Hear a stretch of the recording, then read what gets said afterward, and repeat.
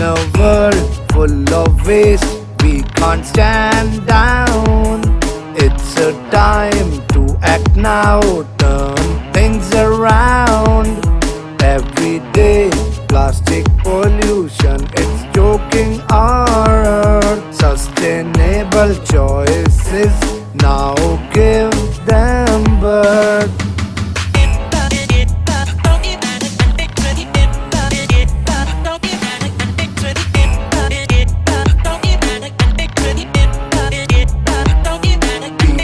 Change, yes we can.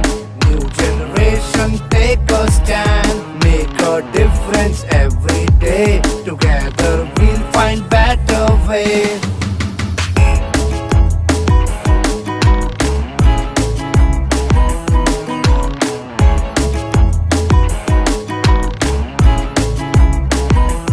Imagine all the plastic used just once and thrown away. We can reduce, recycle to create a better day. Act now, make a difference, be the change you want to see.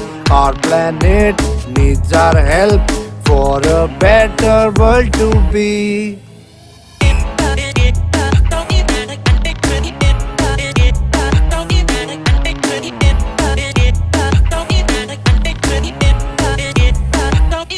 Imagine all the creatures living without plastic waste. No more plastic in our oceans, planet's beauty will embrace. Be the change, yes we can.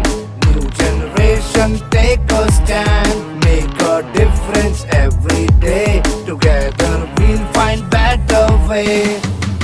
Come on, let's join together and take action. Don't delay, we can make a brighter future for a better world today.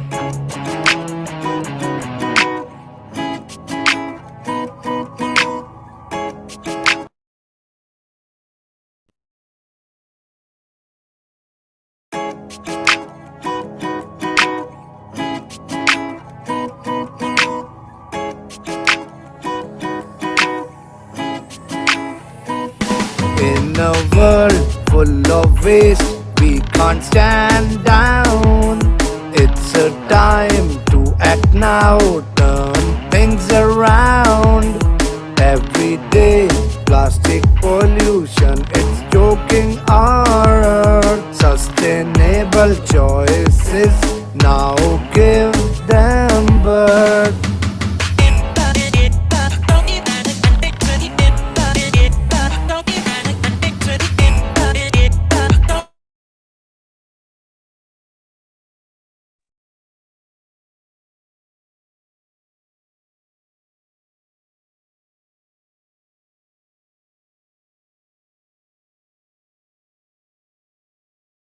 Awesome morning, awesome afternoon, awesome evening to all.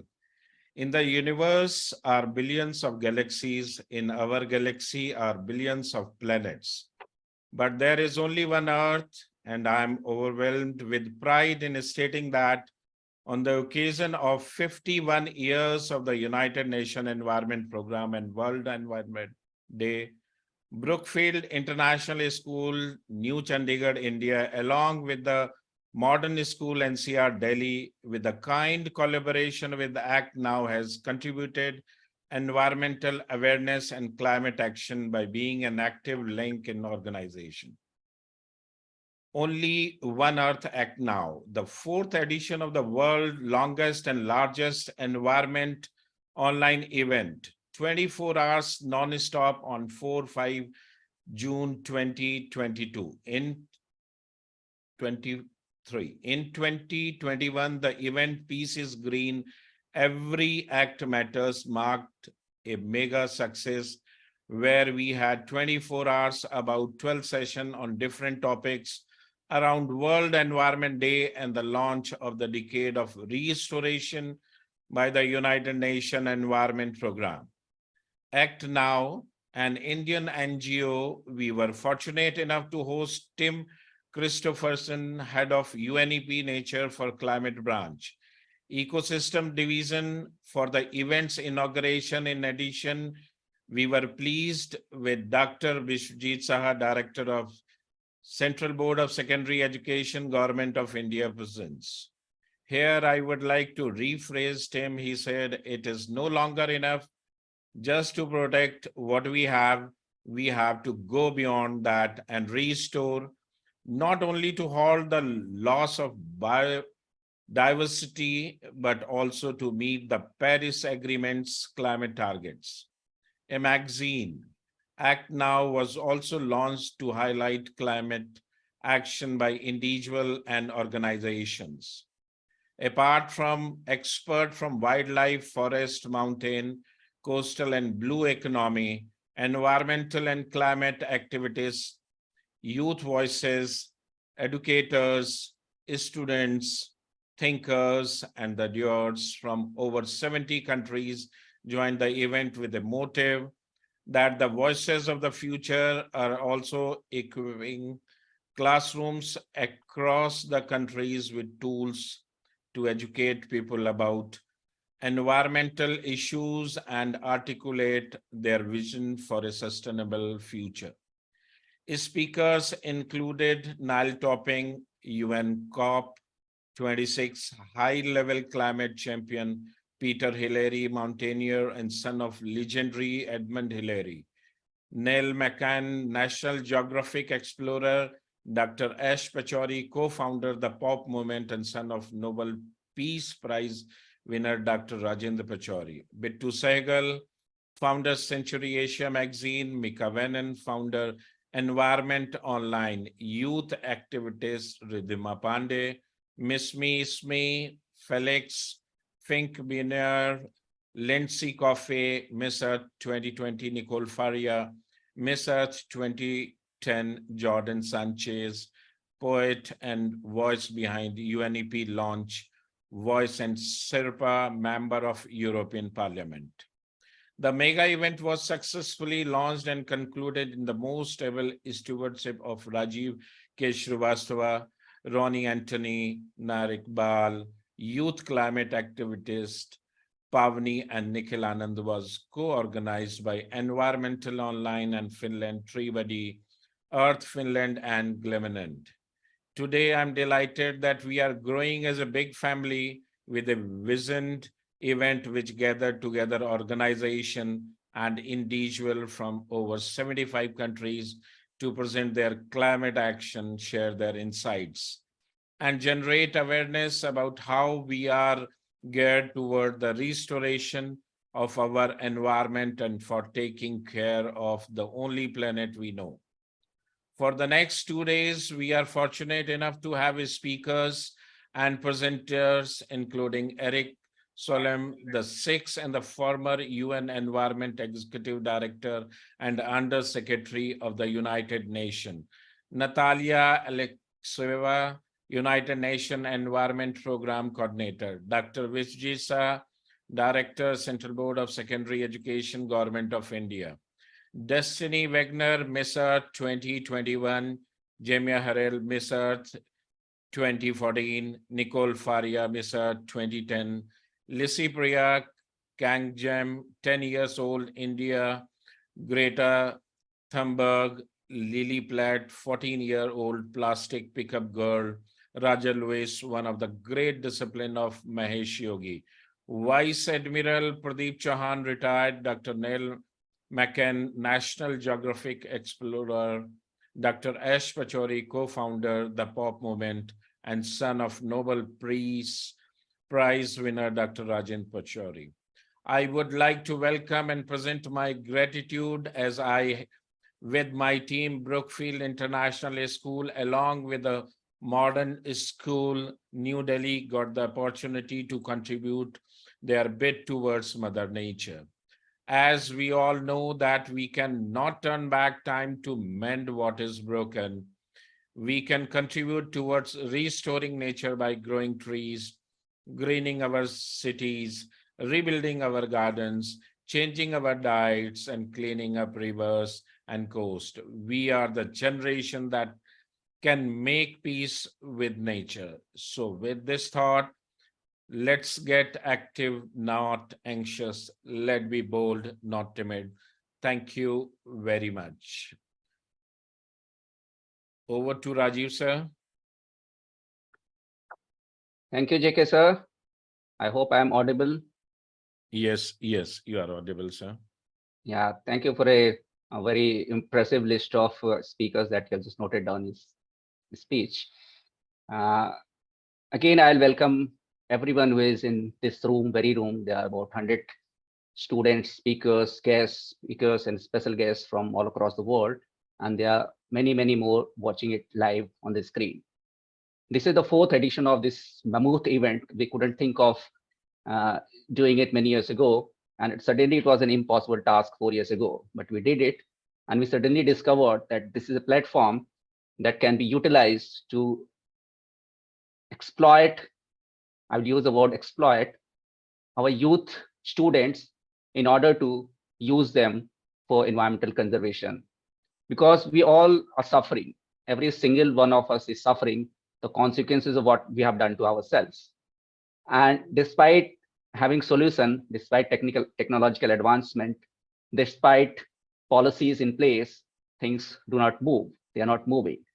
Especially we are this moment I am in NCR, that is the National Capital Region of Delhi, and we know how horrible life is here. So I must say, despite this mammoth event and the speakers who will be addressing you, the special guests will be talking to you, interacting with you next 24 hours. Our main focus is youth and students. And I'm great that this event is actively engaged by students, more so in numbers this year than ever before. We are very thankful to major organizations in the world who are helping us out either directly or indirectly to put this up. So it is up to the youth of today how you utilize this opportunity and turn things around. As JK sir already mentioned, there's no turning back of time, but what's gone is already gone. We must move on. I'm thankful to my organizing partners, that is Brookfield International School in Chandigarh, the Modern School, NCR Delhi, Environment Online Finland, Protect Our Planet Movement from USA, World Sustainable Development Forum from United States, Tribuddy from Finland, Plant and Care for Peace from Finland, Nature Education Society of Taiwan, Sika from Georgia, Envirate from Finland, and Glennon Foundation. Apart from these organizing partners, we are very lucky to be supported at every possible opportunity by the Energy Research Institute, TERI, the National Maritime Foundation, put up by the Indian Navy, Nat Geo, Climate Action Project, Misad Foundation, and many, many more major organizations of this world who support us by sending their speakers here, who support everything they can do for us. We are also thankful to the set of educators, the teachers at Brookfield and at Model School who are helping us from the background. They won't even, sometimes some of them won't even appear on the screen. So thank you so much. Hats off to you. You have helped us put it through. I can see we are joined by in this opening session, although you'll be meeting many speakers and specialists throughout the next 24 hours. I can see we have Miss Earth right now. Meena, can you hear me?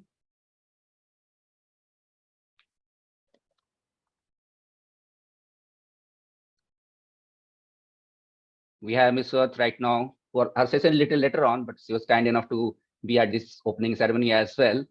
And we also have our friends from Environment Online. I'll try to put them on a screen. Coordinators from many parts of the world. So welcome, Meena. I know your session a little later on, and I'm sure that you're happy being here. Any opening message from you? And then we'll go on. JK sir, can you unmute her? Hello, everyone. Can you guys hear me fine? Yes. Yes. Okay. Should I begin right now or? Just an opening statement. You'll join your session later on. Oh, so will I have my time like for later, or is this happening in like right now at this very No, moment? it's not happening right now. That's just an opening ceremony. So you'll be playing lots of videos. But since you're Oh, here, right. we would like a word from you. Okay, well, my name is Mina Suchoi, your current crowned 2022 Miss Earth, and it's a pleasure to meet you guys all. Sending a lot of love from Seoul, South Korea. Thank you, Meena. Thank you so much. Thank you, To guys. begin with, I will request JK sir to play some videos. We had a very beautiful message from the Secretary General of United Nations, Antonio Guterres, and I will request JK sir to play video track V11, the message that we have received from him. This World Environment Day is a call to beat plastic pollution. Every year, over 400 million tons of plastic is produced worldwide, 1/3 of which is used just once. Every day, the equivalent of over 2,000 garbage trucks full of plastic is dumped into our oceans, rivers, and lakes. The consequences are catastrophic. Microplastics find their way into the food we eat, the water we drink, and the air we breathe. Plastics is made from fossil fuels. The more plastic we produce, the more fossil fuel we burn, and the worse we make the climate crisis. But we have solutions. Last year, the global community began negotiating a legally binding agreement to end plastic pollution. This is a promising first step, but we need all hands on deck. We want Global Plastics Treaty! A new report by the UN Environment Programme shows that we can reduce plastic pollution by 80% by 2040 if we act now to reuse, recycle, reorient and diversify away from plastics. We must work as one, governments, companies and consumers alike, to break our addiction to plastics, champion zero waste and build a truly circular economy. Together, let us share a cleaner, healthier and more sustainable future for all.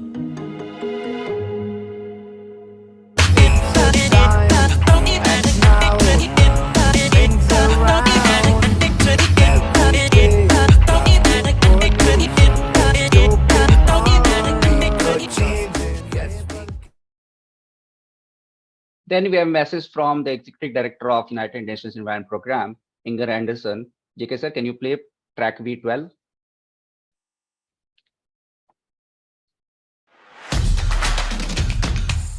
On this World Environment Day, we are calling on everyone to help beat plastic pollution. Why, you might ask? Well, because plastic pollution is choking our ecosystems, warming our climate, and very likely damaging our health. Recycling is not the sole solution, nor the magic bullet. Our system simply can't cope.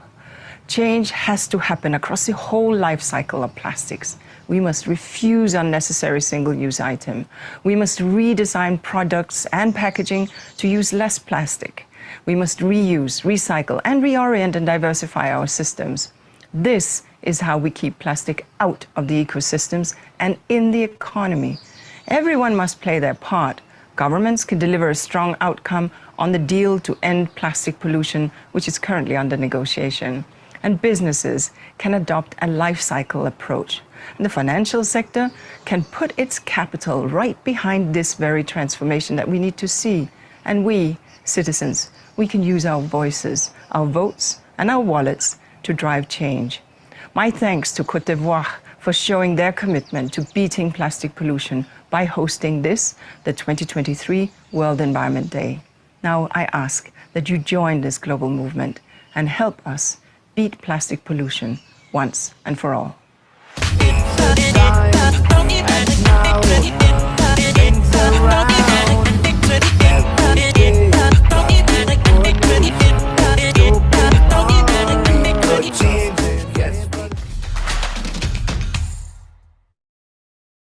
Then we have two little cute videos from UNEP. And also, I would like the young audience to know how this plastics has become a scourge. Plastic is nearly just about 70 years old, younger than some of our grandfathers and our parents also, but how it has become such a, from a boon to bane for our society. So I'll request JK sir to play first track V23 and then track V14.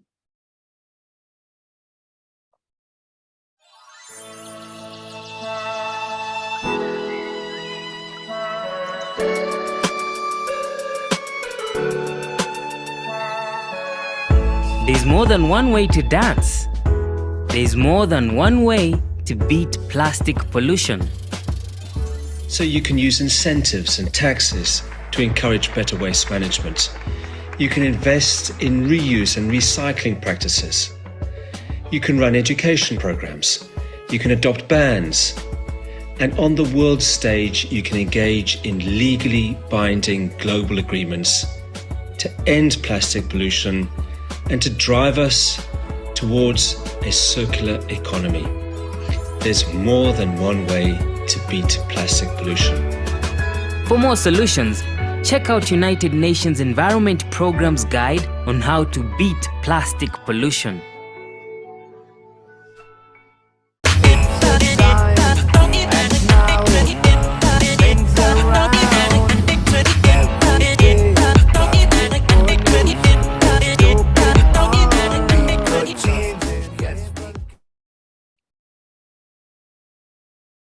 V14.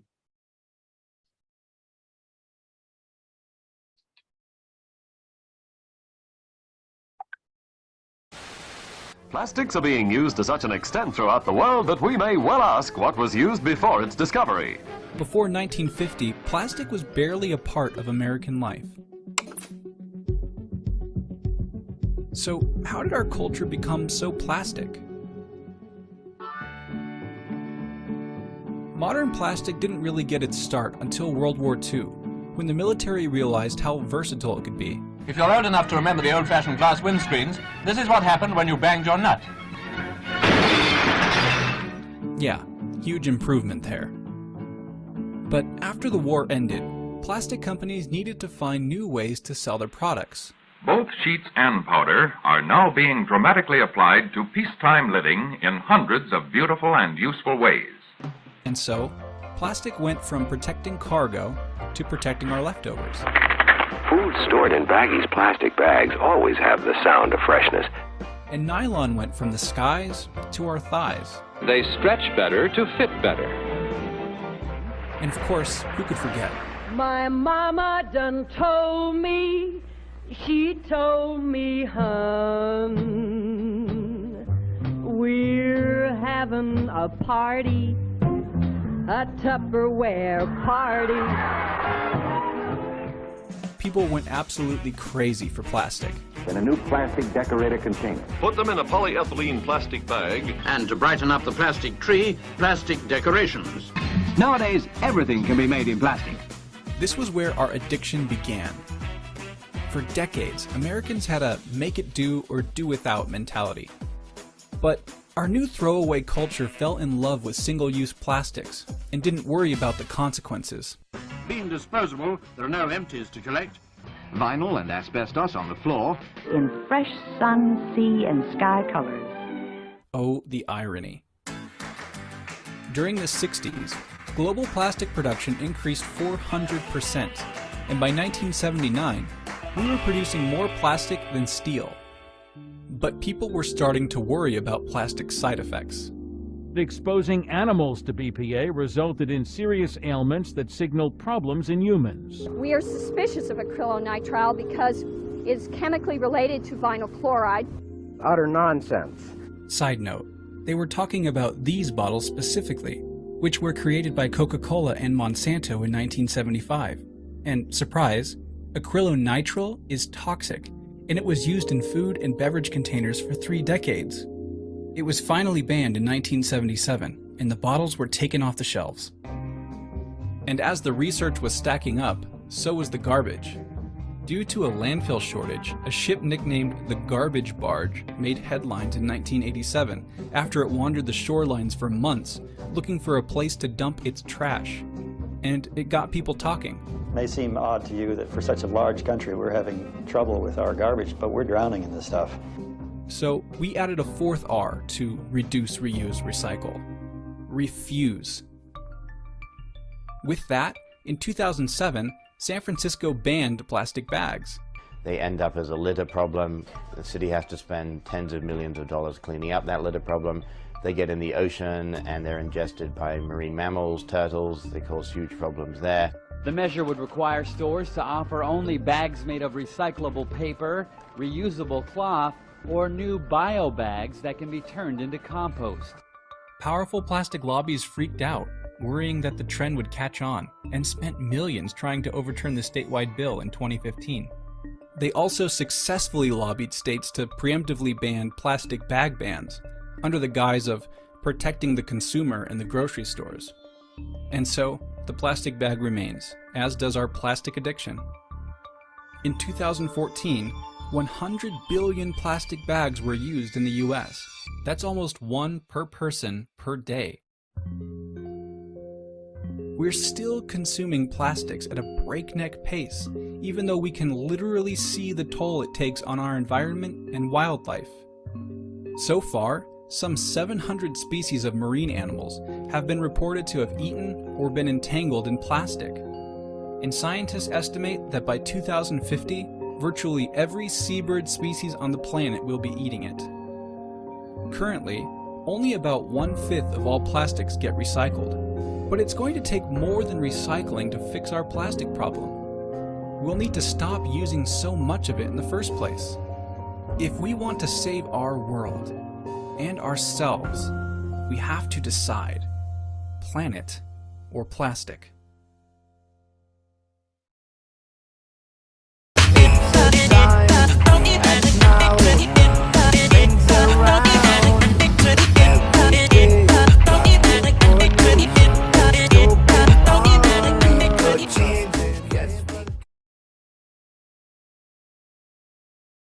Before we start engaging with our speakers for today, we have created some theme song and some theme dance for our participants. And I'm grateful to the staff and the student, both at Brookfield International School and Modern School, NCR, Delhi. So can I request JK sir to play a theme song, track number V4, then V3, and then we have a great input from Sri Lanka in form of a culture dance. So V30, V4, V3, and V30, and then we start working out with our speakers and guests today. 1, 2, 3, stars. Imagine all the creatures living without plastic waste. No more plastic in our oceans. Our planet will be with embrace.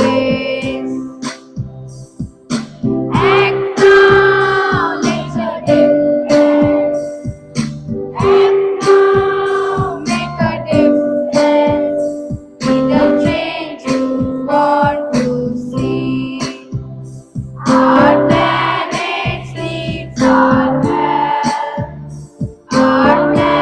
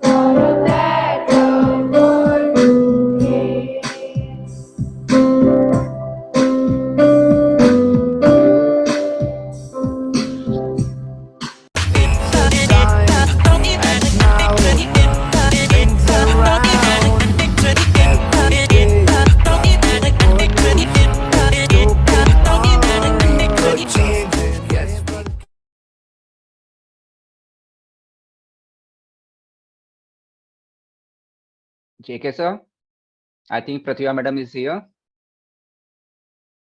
Hello. Yes, ma'am is there in spite of electric Can you failure. hear me? I have requested ma'am. I think we should Pratibha meet in ma'am. person next time. This logging in is a painful procedure. Yes, yes, we know. And thank you very much, Pratibha ma'am. Pratibha ma'am is Padam Shri awardee and one of the renowned personality of the world. So I'll request ma'am to say a few words because you have been associated. This is the 4th year you are associated with us. So over to you, ma'am. Thank you very much for sparing your valuable time. A very good afternoon on a beautiful Sunday, warm, humid Sunday. An effect of climate change, I guess, because we have been experiencing this. But without going into it, thank you so much for inviting me again and again, Mr. Singh and the Brookfield School. Thank you for this initiative because it's an extremely important initiative. I have been questioning myself, like I'm sure most of you all do, the audience, the youngsters, everybody else, as to why is it, our responsibility to ensure that that we don't use plastic when the whole world is using plastic and we see plastic strewn on the roadside, we see it in the gutters, we see it all over the place. The people are casually drinking out of single-use plastic bottles and throwing it aside without really paying attention to to the environment. And you keep questioning yourself as to why is it my responsibility to be attentive to what I drink, to what I eat, how I drink it, and how I prevent ecological and environmental disasters. I think it's the responsibility of each and every one of us because all of us together constitute this beautiful planet we live in. And if each of us don't take our time off to reconnect with ourselves, to reconnect with our roots, to reconnect with Mother Earth, and figure out how to make this place better for the future generation, then we are failing in our duty as responsible citizens. And I'm saying this to children also, because most children must be wondering, why do we meet once a year? Why do we sing songs on environment, ecology, on single-use plastic or no-use plastic? So why are we doing this? Isn't it adults' responsibilities? It is the adults' responsibilities to inform the children what responsible living is. And in that context, I think that each and every one of us should, take this responsibility and say that this planet belongs to me, and so it is my responsibility to prevent its damage. All of us know by now, and I'm happy that even youngsters are aware of it, that plastic is dangerous, not only to our ecosystem, everything, to marine life, to our natural habitat, plant life, to ourselves, because we eat the toxins that plastic, when it decomposes, it doesn't really decompose and become something else. It becomes a microplastic. So the toxins, when other animals eat it or the plants grow in it, we're actually consuming it. So I think our, grandparents, at least I can say from experience that my grandparents lived a very natural life because they were connected with the earth. We had a piece of land. We used to grow our vegetables in the garden. We knew what manure and what earth, the vegetables were grown on, what manure we used for the vegetables. And we used to pluck out our vegetables, eat responsibly. These days, everything is available in excess. There's so much excess. It's over the top. Wherever you see, there's so much consumerism, there's so much excess that nobody knows when to stop and how to stop. And I hold myself guilty also because I've seen life change over the last 45 years. And I know that the kind of life that we are living now is not good for ourselves individually. It's not good for our own bodies, our health, our mental peace, nor is it good for the community as a whole, the society, or for the world. Nations, of course, included, and the world. So how do we prevent this? By going back to basics, we say. Now, nobody wants to go back to basics. We don't want to live like, like forest people. We don't want to live like tribals. We want to live in a civilized world. But civilization does not necessarily mean destroying your immediate environment. Civilization does not necessarily mean civilized, in quotes, does not necessarily mean that you're consuming things that are irresponsible, that you're living an irresponsible life. And so in this context, I'm not going to take too much of your time. I congratulate the Brookfield School. I congratulate Dr. Singh. I congratulate the environmental activists who take this on year after year. They take it on day after day, because I'm not involved on a daily basis. I should be, but we're all involved in our own line of work. And they take it upon themselves to educate, to promote the idea of no plastic use, or saving our environment, our world, our planet.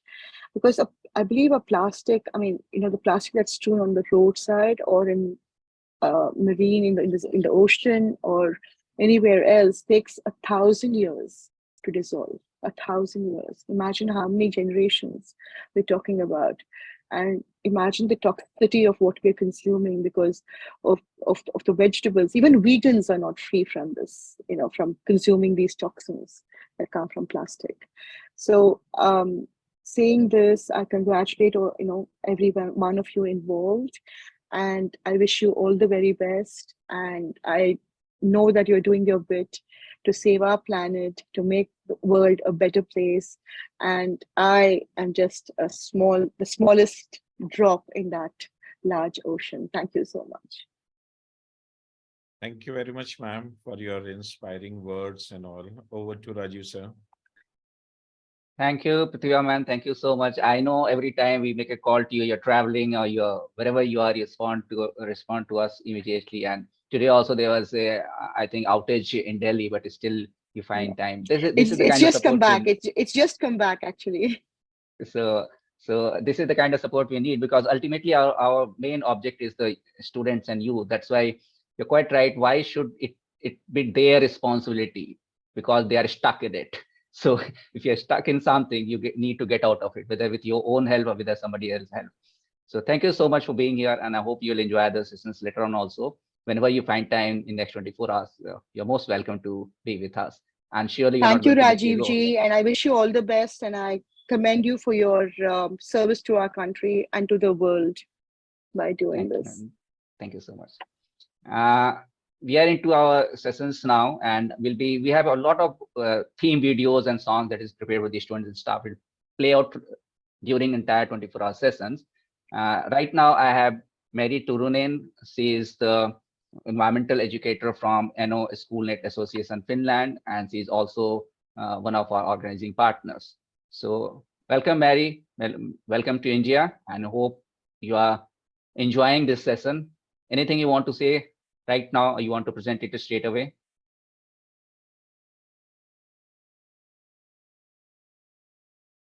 JK sir, can you unmute her?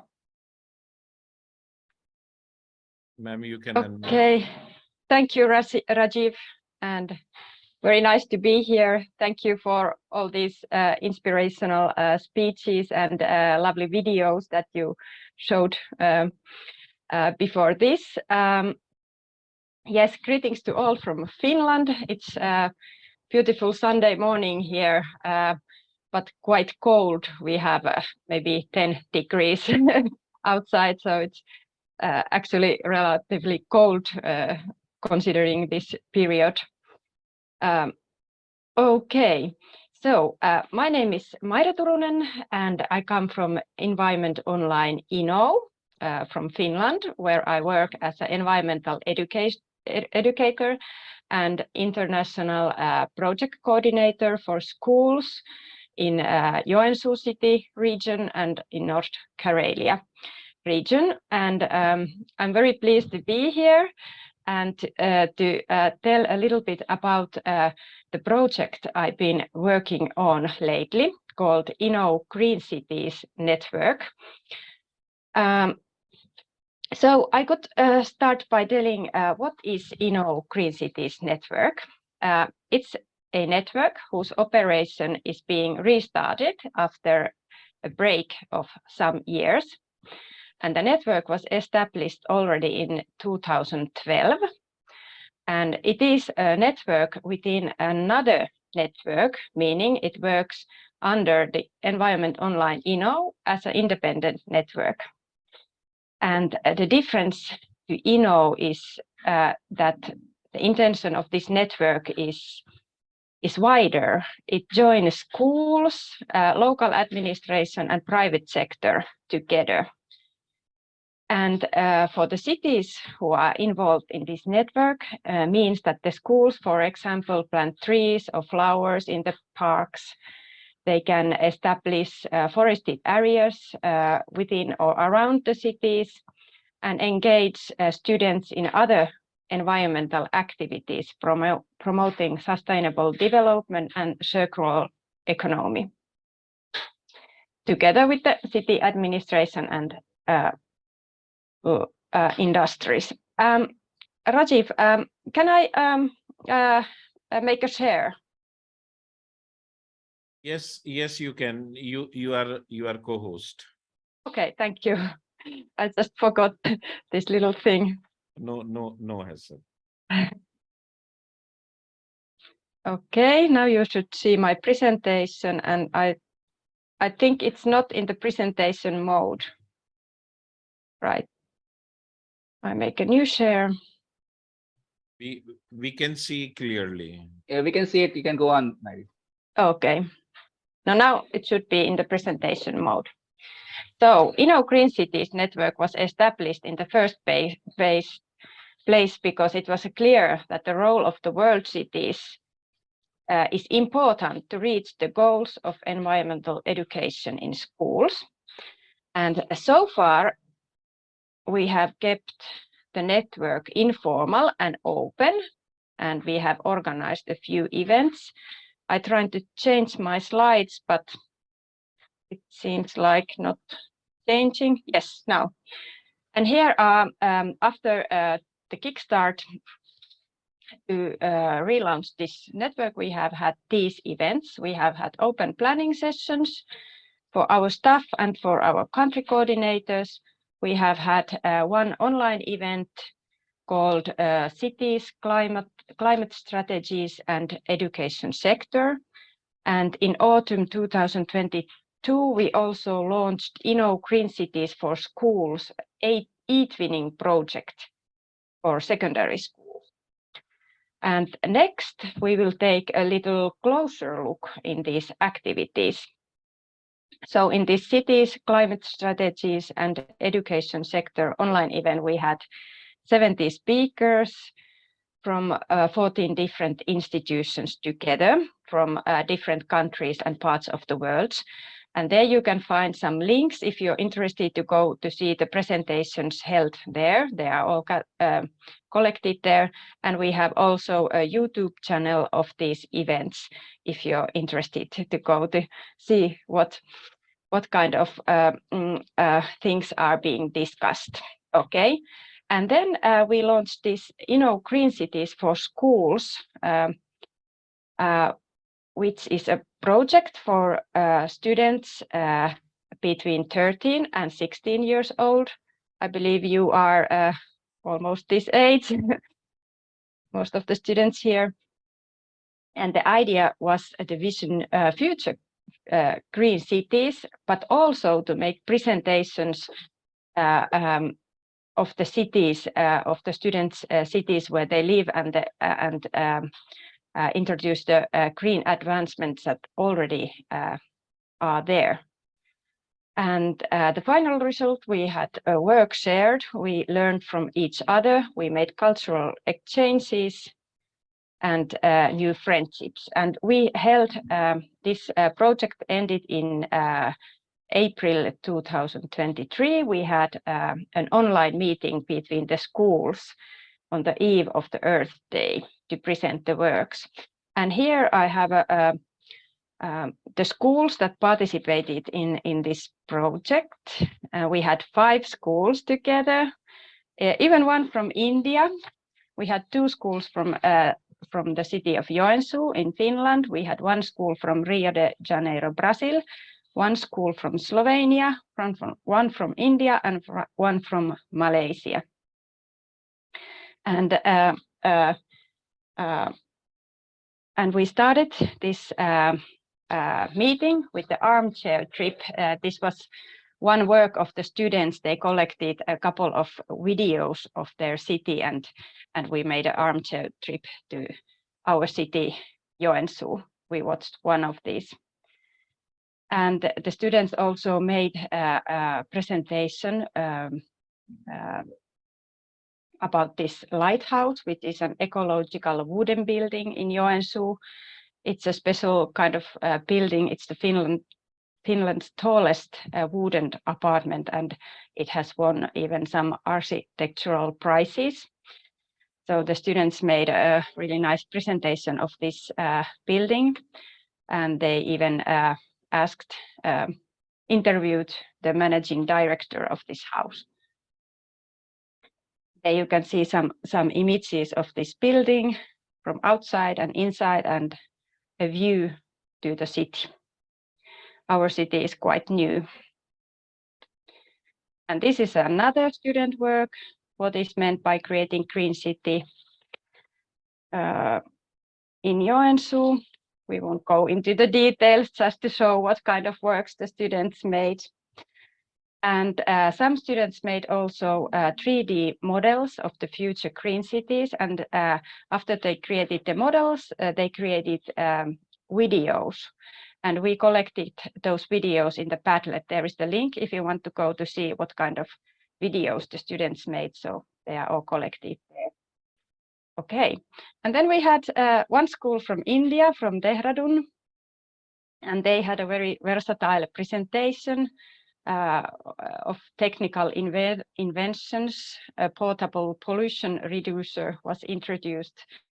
They made an online quiz for participants. They had beautiful beaches, recitation of poems, etc.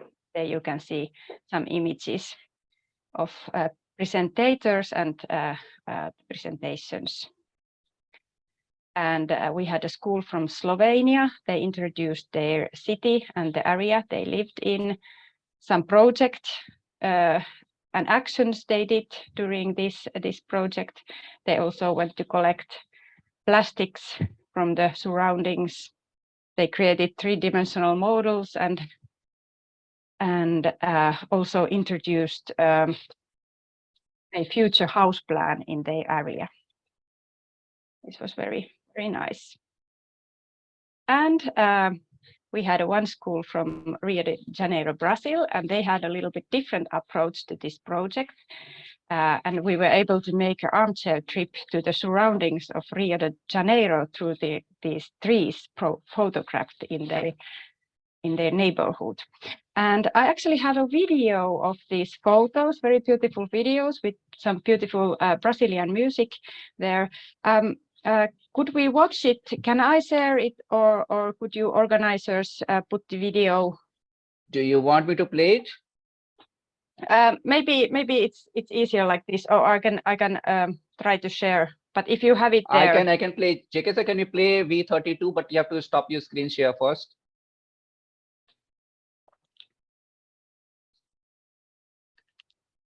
Can you play V32? Please, Mary, please stop your screen share.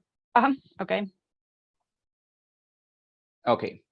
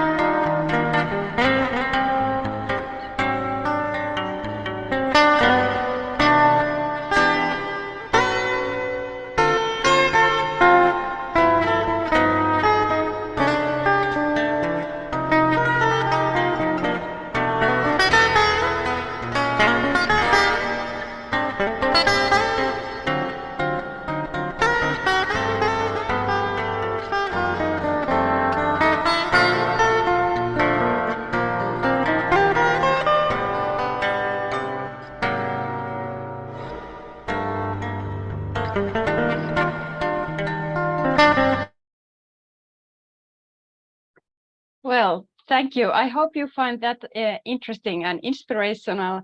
And I wanted to brought up something we can do as a global network of schools for sustainable development. And with the Green Cities network for schools, we can do these kinds of things. So thank you very much. Thank you, Mary. Thank you so much. And Finland is second home to me. I've been there almost 15 times. And students, especially my school students, the modern school, if you live in NCR or Delhi, the projects we talked about is Green Cities Network that was launched about 15, 20 years back. And the idea was to involve governments and local cities, the commissioners, the mayors, in helping students and schools in helping out in environmental needs. But you know how governments work. If you're living in Delhi, especially in South Delhi, most of the trees were planted in this scheme because the Delhi government was very supportive of that time. If you go to South X, you go to Vasant Vihar, you go to these VIP areas, most of the trees were planted around that time under this Green Cities network. Ronnie is here from Taiwan. You understand that Taiwan is also, Taipei was one of the Green Cities network. Somehow, because we work with governments and government do not stay long, so the project somehow got sheltered away, but we're trying to restart it. And now this time around, we're starting to use students and youth because they will not go away. They will remain with us. So we are not banking on governments. We don't want them anymore. We don't want any governments anywhere. So thank you, Mary, so much. And hopefully we'll carry on with this project and the students here, lots of them today. Yes, it's been in break for some years and we are trying to restart it next autumn. Yes. So from one corner of the world, I go to another corner where Meena Sushoi. I'm not sure whether I pronounce your name correctly, Meena, because it's difficult on our tongue. But most welcome to this program. And can she be unmuted, JK sir? You're muted, everyone. You don't want to hear anybody. Not exactly. Yes. So, welcome, Meena Shushoi. And again, you can make this is your slot now. We'll be there. You'll be there with us for until 1:30 or maybe longer if you have time for that. So make an opening statement that I would like to show you a beautiful Sri Lankan dance that was sent by a student from Sri Lanka. And then we also have a video from NO Network, We All Need Hope. Mairi, we'll play that first, then the Sri Lankan dance. But after Meena has made one sentence statement, then we get on to her and interact with her. Some students are also waiting to ask a few questions. I don't know how intelligent the questions are, but you know they are very intelligent these days. So Meena Shushoi, one sentence, and then we go on. Okay. So should I begin at this? Yes. We're starting now at this very moment. Just one sentence. Now. Just one sentence? Yeah. After that, you can make a presentation. Okay. What kind of sentence should I be making? A greeting from Korea. Oh, 안녕하세요, 여러분. 안녕하세요. And what does that mean? Means hello. Okay, thank you. We would like to play a video for you that was prepared by NO Schoolnet Association. JK sir, can we play V57, We All Need Hope, and then Sri Lankan dance, which is V30, and then we'll get back to Meena for our presentation.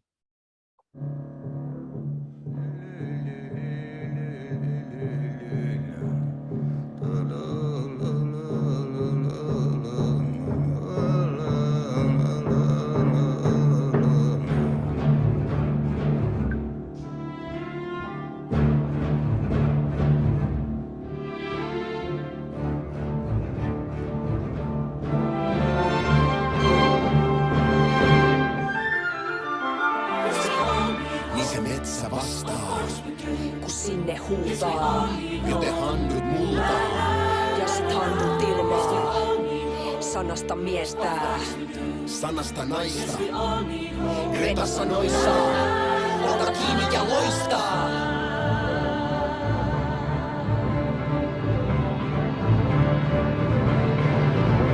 Yes, we all need hope. Of course we do. Yes, we all need hope. La la.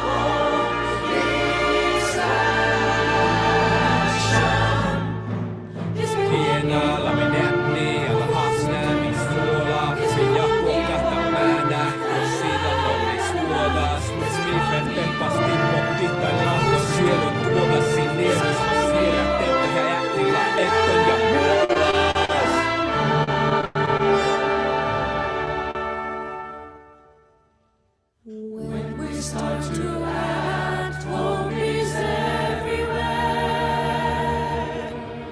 When we start to act, hope is everywhere. Hope is everywhere. Hope is everywhere. Yes, we all need hope. Of course we do. Yes, we all need hope. Yes, we all need hope. Of course we do. We all need hope. So don't look out for hope. Look out for action. Only then, only then, only then, only then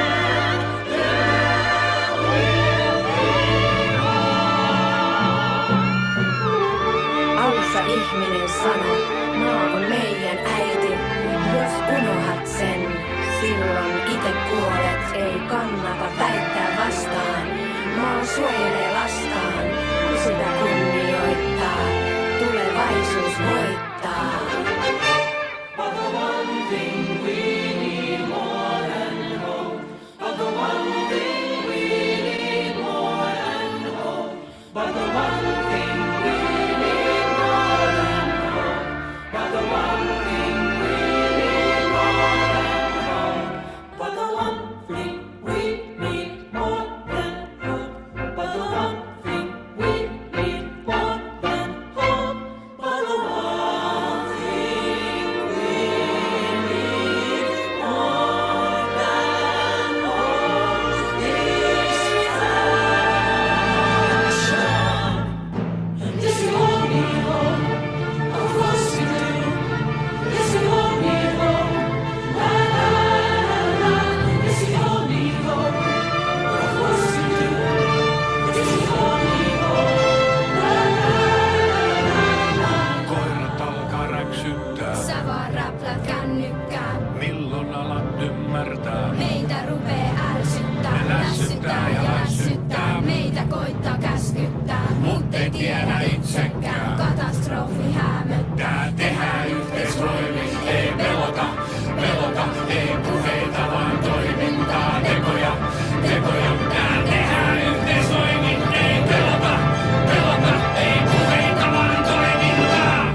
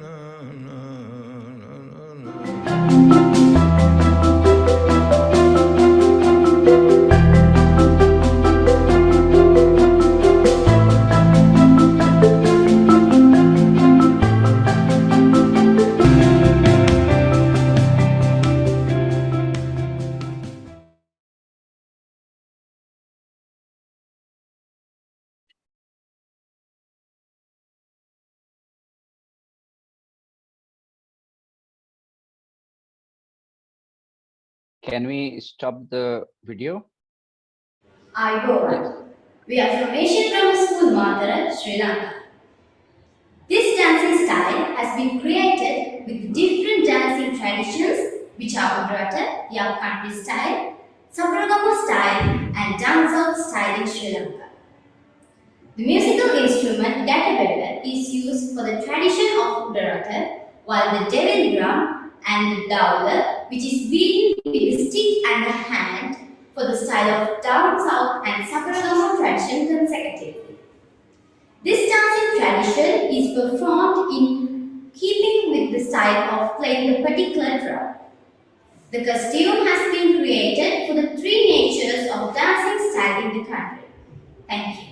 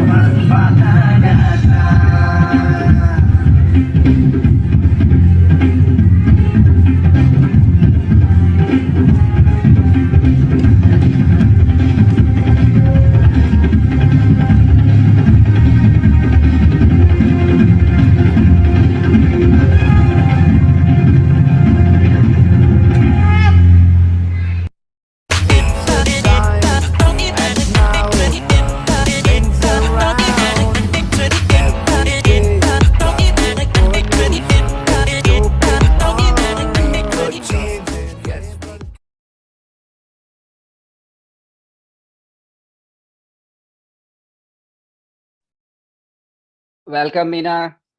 This is Hello, your slot time everyone. now. I'm so glad Yes, that you're watching patiently. very excited. It's my turn And now. I'm very happy to have you on this show because my association with Miss Earth Foundation goes long way back, almost 12 years. Since in 2010, our own girl from India, Nicole Faria, won the title. And so you're the first girl to win an international crown after Shishmita Sen, who was Miss World, Miss Universe.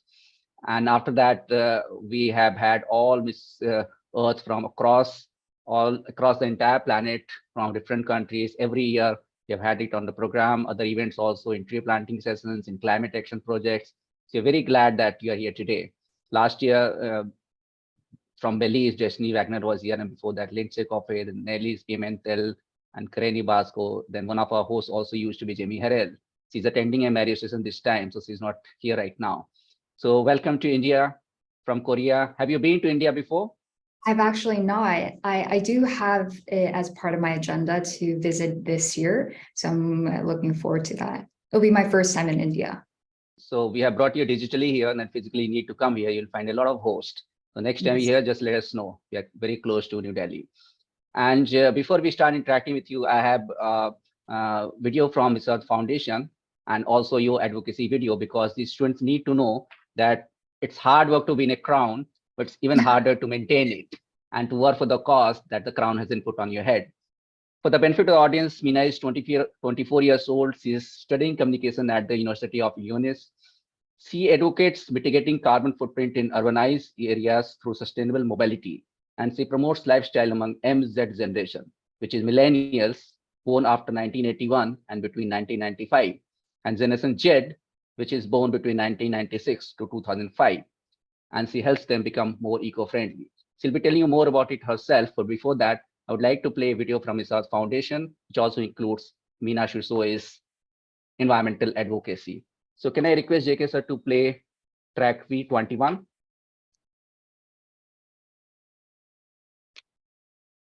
Have you also received the fauna depiction video by any chance? No, I got only your advocacy and Misa's foundation one. If you Because have it, you can play it from your end. oh yeah, because there's a video where we made, so for our theme of 2022 Miss Earth was actually fauna protection. So I had a depiction of the protection of dolphins, bottlenose, Indo-Pacific. What we will do, we will play the videos and I'll let the students interact because they are dying to talk to you. So All right, maybe okay. it will be much more easier to talk After to the them. video then. Yes. JK sir. I'm your 2022 Miss Earth Korea, Meena Soo Choi. I am 23 years old, studying communications at the University of Illinois at Urbana-Champaign. I'm a proud Korean, and I hope to use my unique experiences to creatively inspire others and constantly challenge the status quo. The country I represent, Korea, is known for its rich, dynamic culture, the history of passionate fighters, and for the beautiful landscapes. The Korean peninsula is full of mountains and streams. You can even find nature's beauty in cities. Just in the heart of the city, Seoul, you can pay a visit to the nearest park, Han River, and watch the sleepless skylines. I love to ride Seoul's public bike to commute around the city of Seoul. This bike rental system was designed to resolve issues of traffic congestion by promoting alternative forms of transportation, to reduce carbon dioxide emission, and to promote the national vision, low carbon, green growth. There is a memory that places deep in my heart. One day, I remember looking up at the stars and having a moment of epiphany. It was this sudden realization of the obvious that when you look up at the night sky, we are all looking at the same exact sky and the same stars. Even when I'm in Korea or elsewhere or wherever you may be, despite the differences we share in values, culture, experiences, it is still the very same planet Earth that we live together. There's no doubt or denial in the fact that human activities and exploitations have had detrimental effects on Earth. Lives have been taken away, threatened, and now our homes will be taken away if we do not take the responsibility to better our actions. But in order to act first, we must first understand on a personal level how the issue of climate change and the environment may affect our very own lives. I believe that we share the responsibility to protect and to save our Earth, home, where our loved ones are at and where our hearts are at. I am Meena Soo Choi, and I am a woman of the Earth.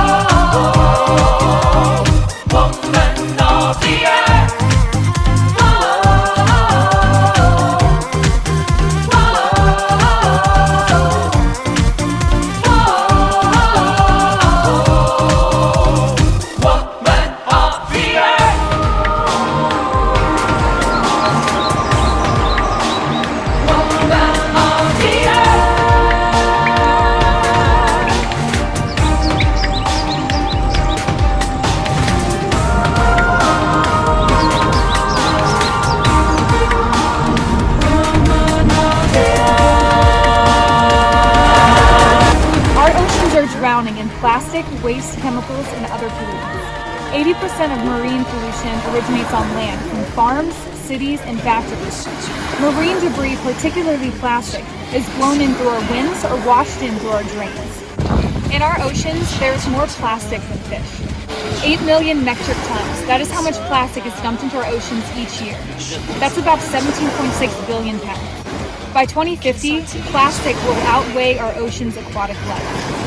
Think about that the next time plastic is improperly disposed. In your future, would you wish to swim among the beauty and the brilliance of aquatic life? Or would you rather swim surrounded by plastic? Spreading love and joy, fun and laughter, woman of the earth, making miracles forever after.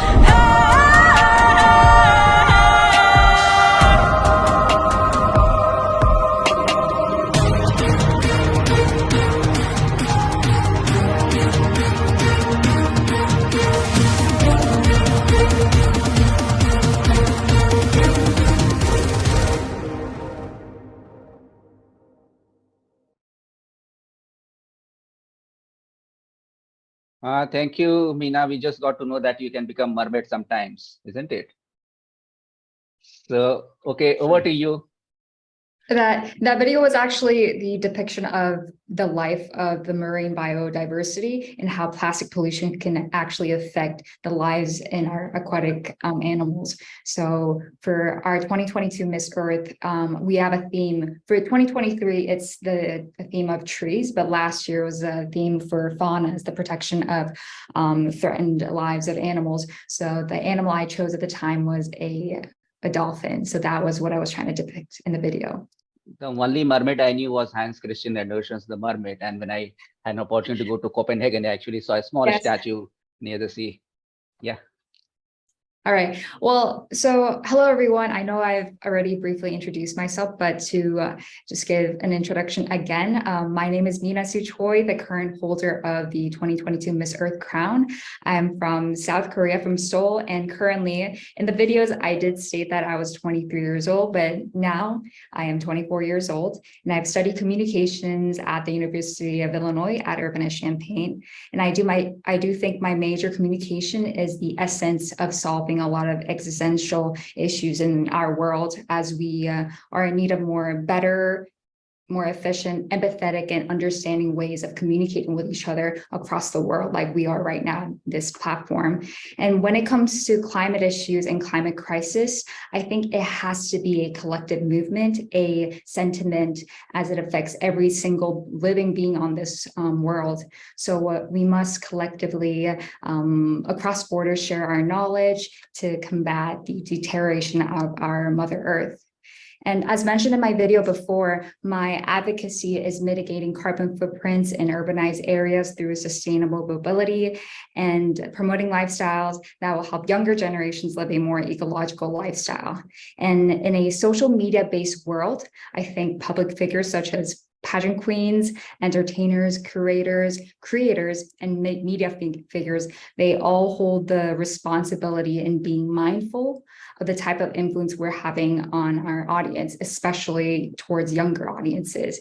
So I think the title Miss Earth has passed on to me a great responsibility as a spokesperson for our Mother Earth. And I'm truly grateful that I'm able to be present during this event during World Environmental Day, where we're also celebrating our 14-year-long association with Act Now.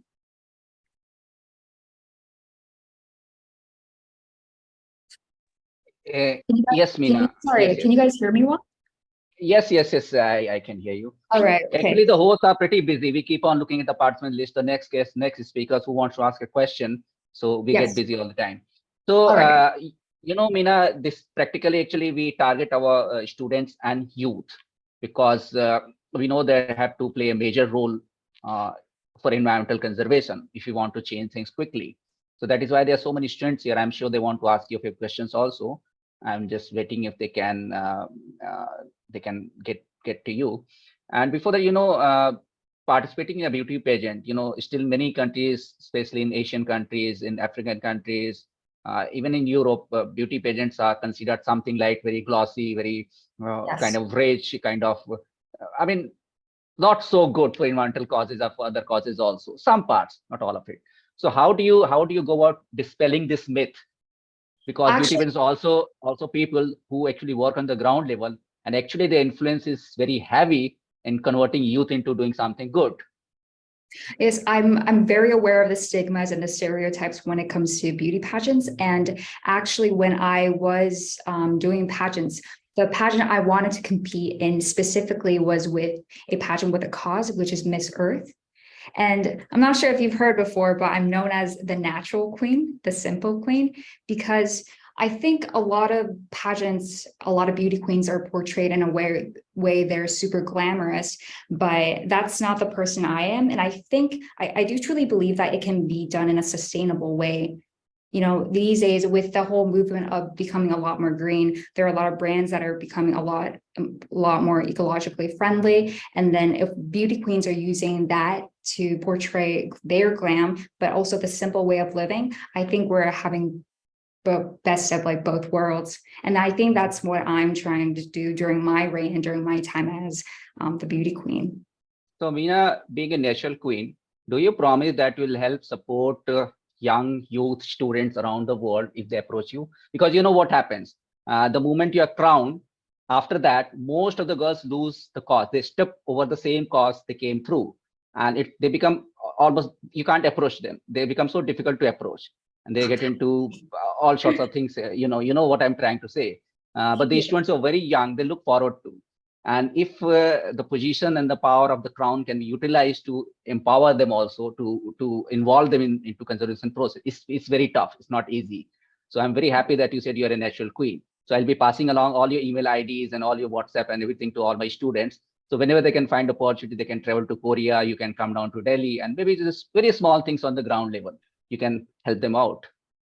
I think something I want to just mention, something that's like a core value to me is also that the higher in position you become, I think the more respect you should have for younger people. I think if with higher title, with a heavier crown, I think that means that I need to be more approachable to people that might think I'm intimidating. So I think that's my responsibility and responsibility of those who are in higher in position. Okay, I have one girl, Sambhavi Chaudhary. She wants to ask something. Sambhavi, you have a question for Meena? Unmute yourself. JK sir, can you unmute her?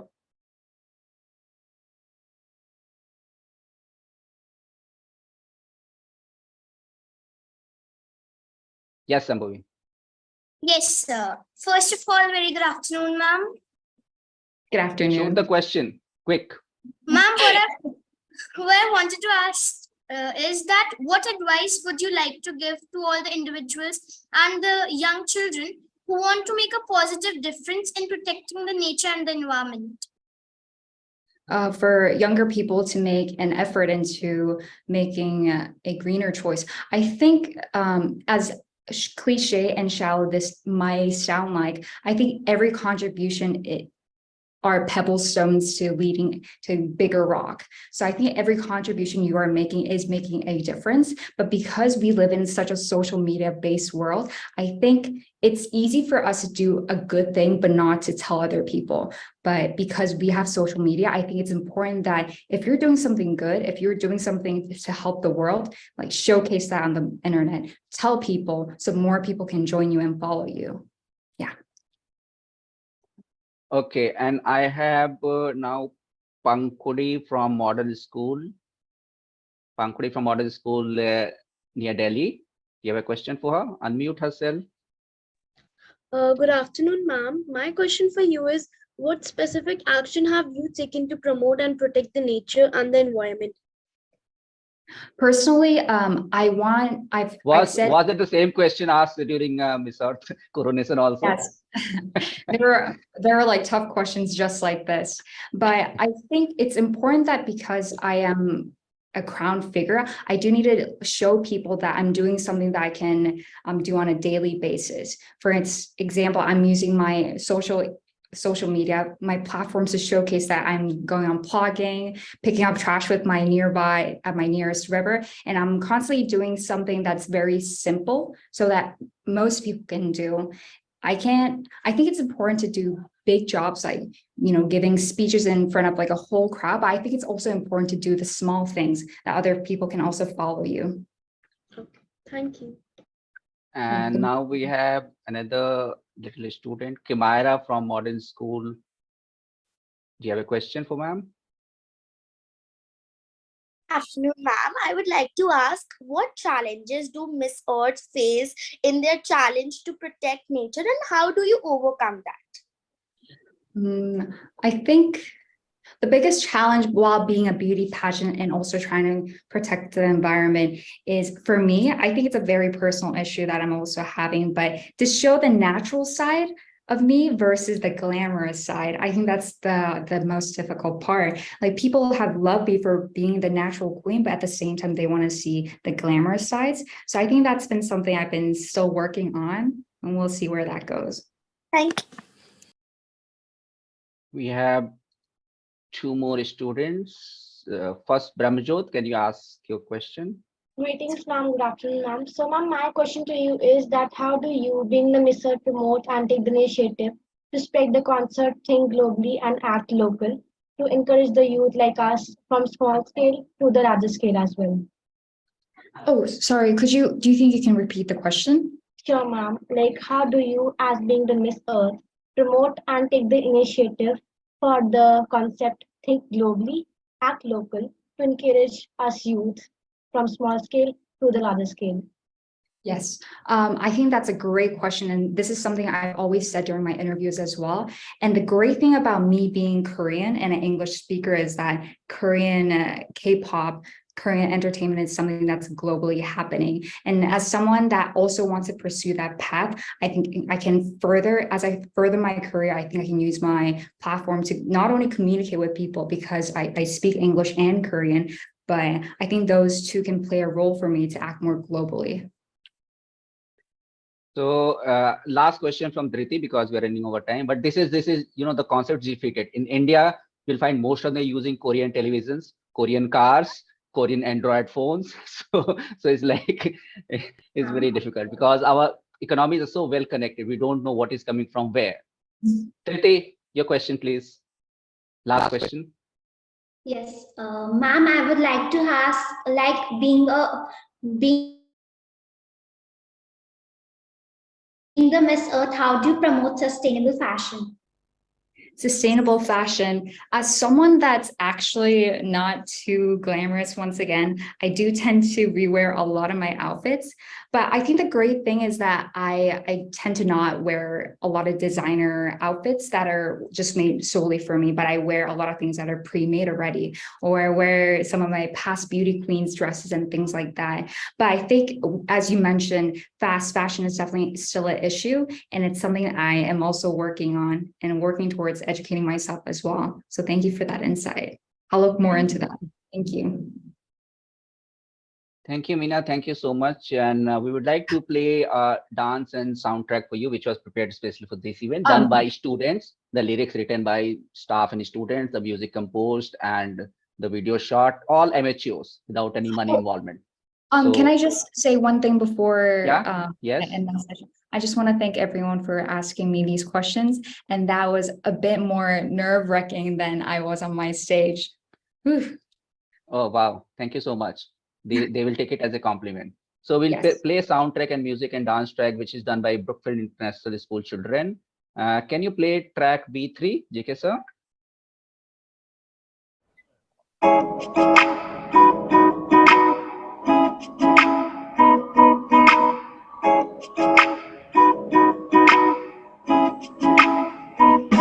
In a world full of waste, we can't stand down. It's a time to act now, turn things around. Every day, plastic pollution is choking our earth. Sustainable choices now give them birth.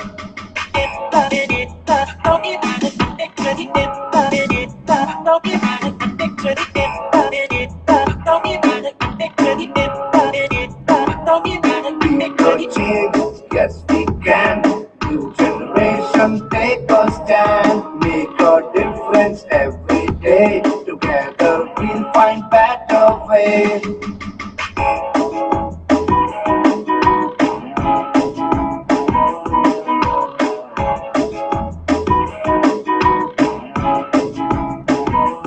Imagine all the plastic used just once and thrown away. We can reduce, recycle to create a better day. Act now, make a difference, be the change you want to see. Our planet needs our help for a better world to be.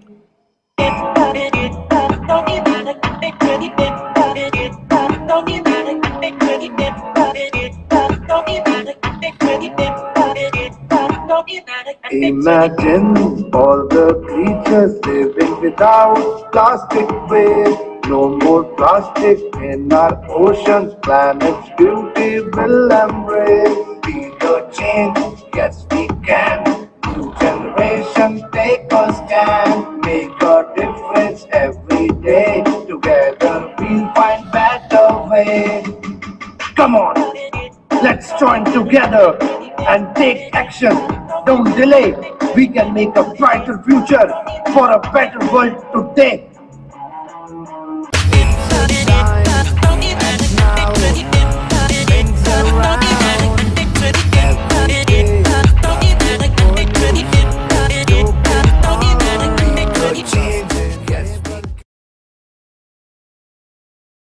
So that was it. That was a little song and lyrics, everything composed by students and staff. Meena, do you want to say something further?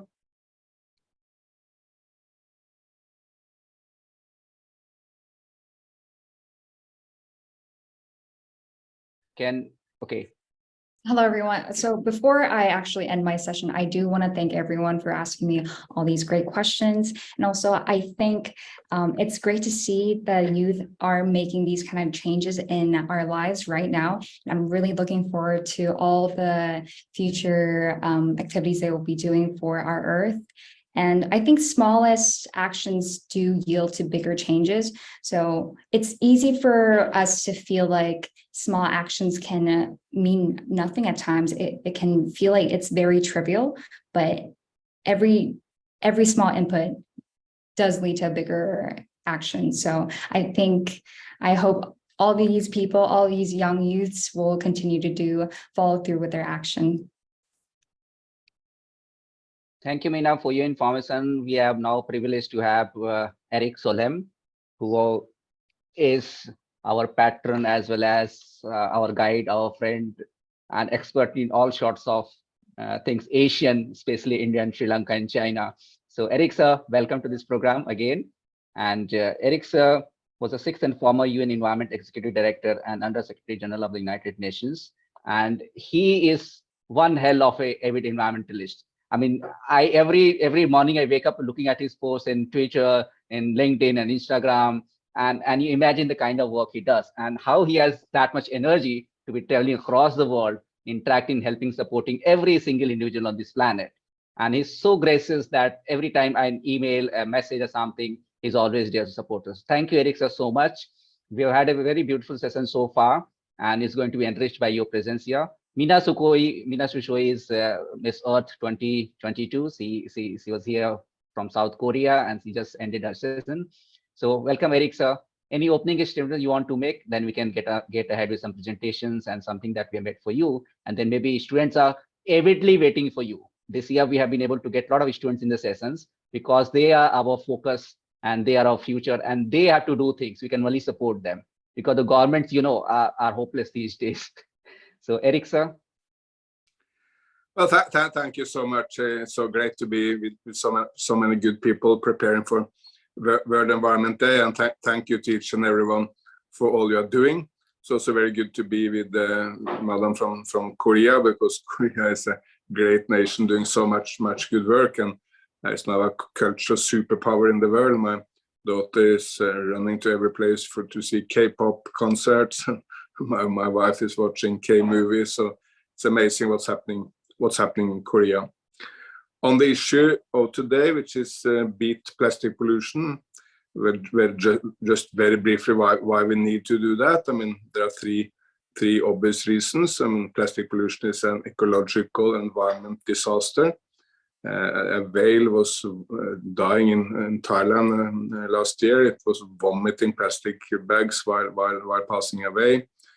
Seabirds are diving down like that, catching what they think is jellyfish, but it's plastic, and then even feeding the chicken, destroying their own life by plastic. And turtles and cows and camels all over the planet are eating plastic, believing it's food. It's very, very, very, very bad. And plastic has absolutely no role in nature.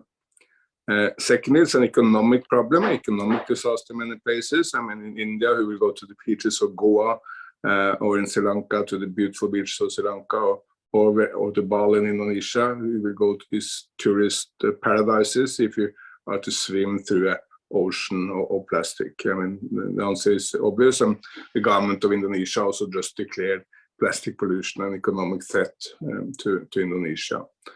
And lastly, we are breathing plastic, we are drinking plastic when we drink water, we are eating plastic when we eat fish, we get it into our bodies in so many different ways. It's not yet clear exactly the effect on the human body of microplastic, but it's for sure not good for us. When big pieces of plastic are thrown into the ocean or to a river or wherever, they degenerate into small microplastics, and that's what we get into our bodies. I mean, even up in the Himalayas, even in the most pristine parts of nature, rivers are now full of plastic in the water. So there's nowhere in the world to kind of hide from this. So that's the bad part. The good part is, of course, that we have the solutions. When plastic was invented back in the 1950s in the Americas, it was seen as a miracle method or a miracle produce, because it could keep food longer, or it could we could make our aircraft or cars lighter.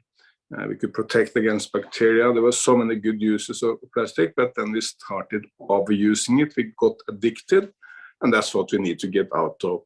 We need to use plastic when we need plastic, and stop using plastic when we don't need plastic. So I see a three-way solution to the plastic problem also. First, let's prohibit all the plastic items we do not need. I mean, no one needs to drink from a straw. We can drink right from the cup. We don't need plastic cups, we don't need plastic glasses, we don't need plastic cutlery. All these plastic items, they can be prohibited. That's what Prime Minister Modi has done in India, even if it's maybe not fully implemented everywhere. Still, it's a good start. And the European Union has prohibited all this in Europe also. So we really need to put a stop to all the plastics we don't need. African nations have implemented bans on plastic bags. that the bans need to be enforced so we get all these unnecessary plastic out of the market and out of nature. Secondly, let's be a lot more innovative. If you need a straw, why don't we make a straw from bamboo or from paper? Why don't we make plastic items from potatoes and sugarcane, from natural materials that degenerate out there in nature? Indeed, Indians through the millenniums have been eating from banana leaves as plates. The banana leaf is a great plate. Why don't we use these innovative means of making something from nature? If you throw a banana leaf out in nature, it will just degenerate. It creates no problem. And lastly, we need to move into big scale recycling.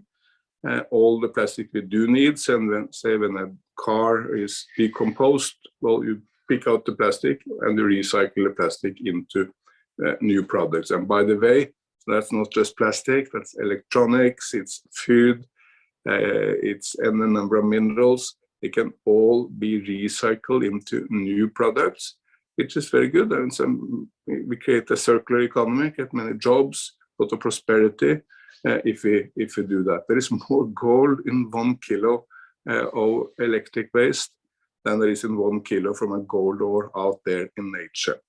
So it's not a cost for society to start recycling. It's an enormous opportunities for better lives, better care of Mother Earth, but also for jobs and prosperity. So if you follow these three ways, prohibit, ban, stop what we don't need, be more innovative to make new or better products, and recycle the plastic where we have few alternatives, then I'm sure we will be able to beat plastic pollution in the years to come. It's just a matter of mobilizing the political will, mobilizing people from the grassroots to put pressure on politicians and business, then we make it.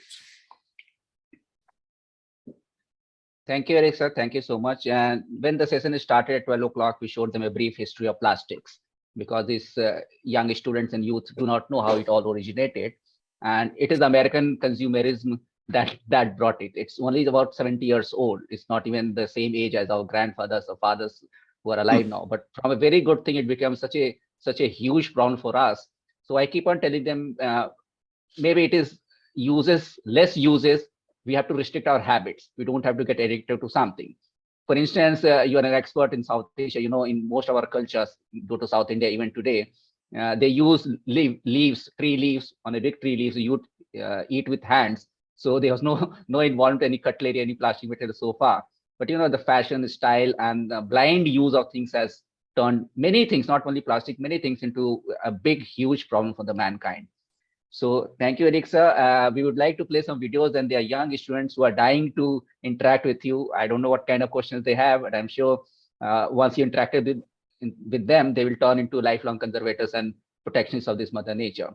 So I'll request one Eric's message video. This is track V18, and after that there is a theme song and dance composed by students of both schools, Professional Interest School in Chandigarh and Model School in Delhi, on plastic pollution. So I'm sure that you'll enjoy it. So can I request JK sir to play track V18 and then V2, and then we get into interaction with the students.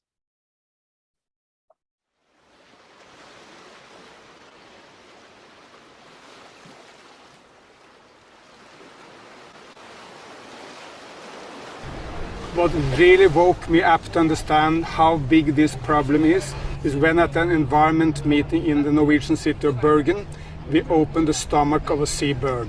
And the stomach was absolutely filled up with plastic. Hardly any food there, just plastic. And the scientists told me that this would have been similar to a human having half a kilo of plastic in his or her stomach. So this problem, seabirds, whales, fish, getting plastic into their systems, and from that, at the end of the day, into our bodies through eating fish, is a huge global problem. Fortunately, we also know the solution to this problem we can change. Join the Clean Seas campaign today. We need to turn the tide on plastics.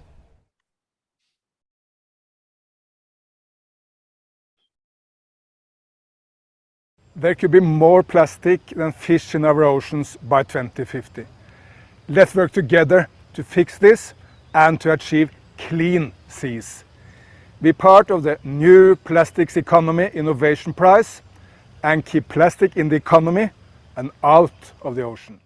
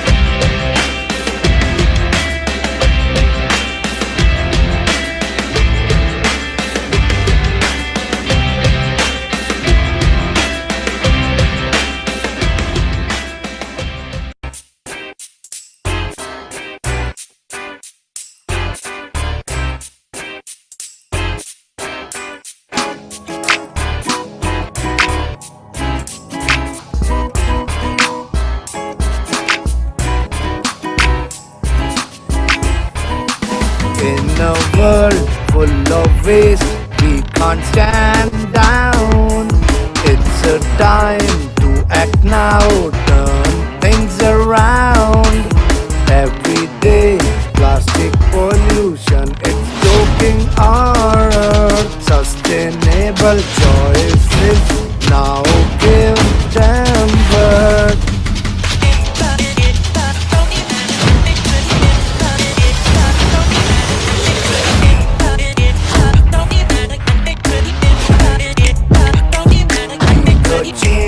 Yes, we can.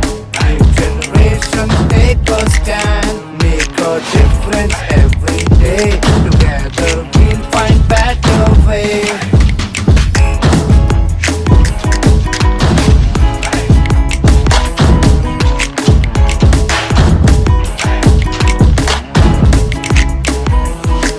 Imagine all the plastic used just once and thrown away.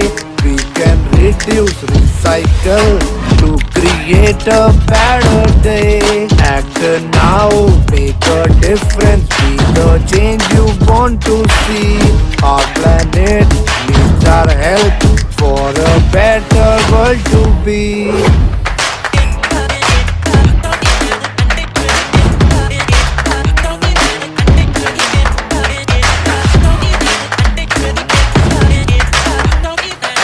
Imagine all the creatures living without plastic waste. No more plastic in our ocean. Planet's beauty will embrace. Be the change, yes we can. New generation take a stand. Make a difference every day. Together we find better ways. Come on, let's join together and take action. Don't delay. We can make a brighter future for a better world today.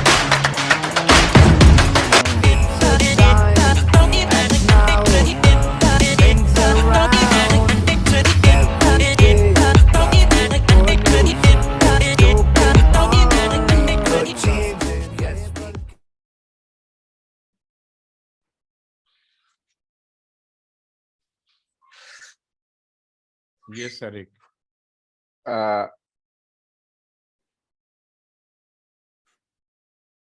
I'm having problem with starting my video. Just a second. Anyway, if you can hear me, that's the theme music. There's some problem with music because we had two versions of the same video. So maybe we'll play it later on when Eric sir will join tonight again once more also in the night. I hope you'll be there. I'll be there, and if there are some questions of interaction now, maybe we can have that. I'm very eager to hear the views of others. Yes, I have some students here. Anybody who wants to ask a question, just raise your hand. I'll pull you in. Eric sir.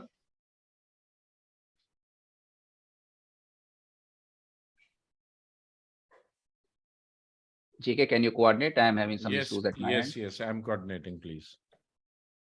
Good afternoon, Eric sir. I'd like to ask you that what are the biggest challenges you faced working with United Nations Environmental Program, and what are the biggest challenges you see today's youth facing in our near future in the context of environmental conservation? The biggest problem with the UN is that it's very weak, very bureaucratic, unfortunately working very slow, and sometimes the biggest and most powerful nations in the world, like said United States of America, don't really want the UN to be powerful. So UN is underperforming and should be much stronger. On plastics, the tendency will always be that those who want to go slow have the ability to obstruct processes so that it goes slow. But the good thing with plastic is that plastic doesn't really need global agreement. That's very different from saying climate. I mean, take India as an example. If India started acting on climate and no one else did, it would have no meaning. Because there is not like one climate in India, one sky over India, which is different from China or the US. Is we have just one planet and only global action is meaningful. And if India wants to act on climate, it needs to be certain that, say, China or the US is also acting, otherwise it's without meaning. That's very different from plastic, because I've walked a number of times beaches of India with Afroz Shah in Mumbai, the great plastic warrior, and I've never ever seen plastic in India coming from the United States or from China. All the plastic on the beaches or rivers in India is Indian plastic, which means that if India gets rid of this, it makes India much more beautiful, much cleaner, much healthier. And India doesn't need to ask, I mean, is President Xi Jinping doing something in China? Is President Biden doing something in the United States? Because India can keep clean for India, and China can keep clean for China, and you can go on and go on. So plastic in its nature is a localized problem. True, there is some nation going around, some plastic going around the world with the currents of the ocean, but that's very limited compared to the local plastic. I mean, if you walk the beaches of Mumbai or clean the river on Miti, which I've done many times, but of course the same would apply all over India, what you see is milk bags, what you see is consumer plastic. People have been eating some nuts or some masala, and it's covered by plastic. Nothing there is coming from China or the US or somewhere else. So we can act locally on plastic in a way we cannot do on climate. Thank you, sir. And let me give you a very inspiring example. I mean, last year in Sri Lanka, they had a huge economic crisis, as you may recall. It was really, really, really bad. I mean, people were struggling. There was no cars, there were no gasoline for the cars, there was no heating in the homes or air conditioning. It was really, really bad. In the midst of that crisis, a young Sri Lankan called Nishant da Silva, he started a zero plastic campaign in Sri Lanka. I thought this will fail because I thought Sri Lanka now has so many bigger concerns than plastic with this enormous crisis. But what happened? He was right. The young Sri Lankans turned out in droves. Thousands of them came out to clean the beautiful beaches of Sri Lanka, clean up in the rivers of Sri Lanka. So he made a mass movement. I think basically students from every university in Sri Lanka joined this movement. There are local chapters in many or maybe all universities in Sri Lanka in the midst of the political crisis and economic crisis. So he really understood that people want to act on plastic, even if they also have, of course, other concerns in the land. Eric, this was really, like one more student, she is waiting, Vanya Sharma from BFI, Brookfield International School. Vanya? Yes, sir. Awesome afternoon, sir. My question from you is that if one day the environment get to speak to us, what do you think it would tell us? I think Mother Earth will tell us, please, humans, you must understand that you are just one species on this fantastic planet. We have many other species here. We have elephants and tigers and birds. We have any number of beautiful plants. And only if we work together, only if we interact in a decent manner, only then the planet will be good to all of us. If humans think you are the masters of the world, you can do whatever you think, you can wipe out elephants or tigers or lions or whatever it is, and you can destroy the most beautiful ecosystems for your own short-term profits, then at the end you will destroy yourself. So I think that's the number one message from God or from nature. Please understand, you are with nature, you are with other humans, you can benefit from it, but you cannot be the total masters of everything. Thank you so much, sir. It's a great question, and then others may have better answers. I'm very happy to listen to answers from others. Although they are young, but that they are asking such a beautiful question, Eric. Yeah, please go around and ask that question to many others and summarize the answers. It's a very beautiful question. Over to Anshika, grade 10, Brookfield student. You can ask question from Eric. A very awesome afternoon, sir. This is Anshika. So my question to you is that what are some emerging trends or innovations that in the field of ecology that you find exciting or promising? The most exciting in the field of environment is the opportunities for win-win opportunities, which are good for environment and good for economy all the same. Look, in the past, if you wanted to be rich, there was no way you could do that without using enormous amount of coal. There was no way you could bring everyone out of poverty without some of the destruction of nature, which we just discussed. That's why that happened first in the United Kingdom, which was the first nation to industrialize, then in Germany, in the United States, Japan, Korea, China, and now in India. You start by polluting like hell to bring everyone out of poverty. And then when you get rich, you start taking some concern for the environment. That was the old ways. Now in the 21st century, it's very, very different because solar energy is not cheaper than coal everywhere in the world.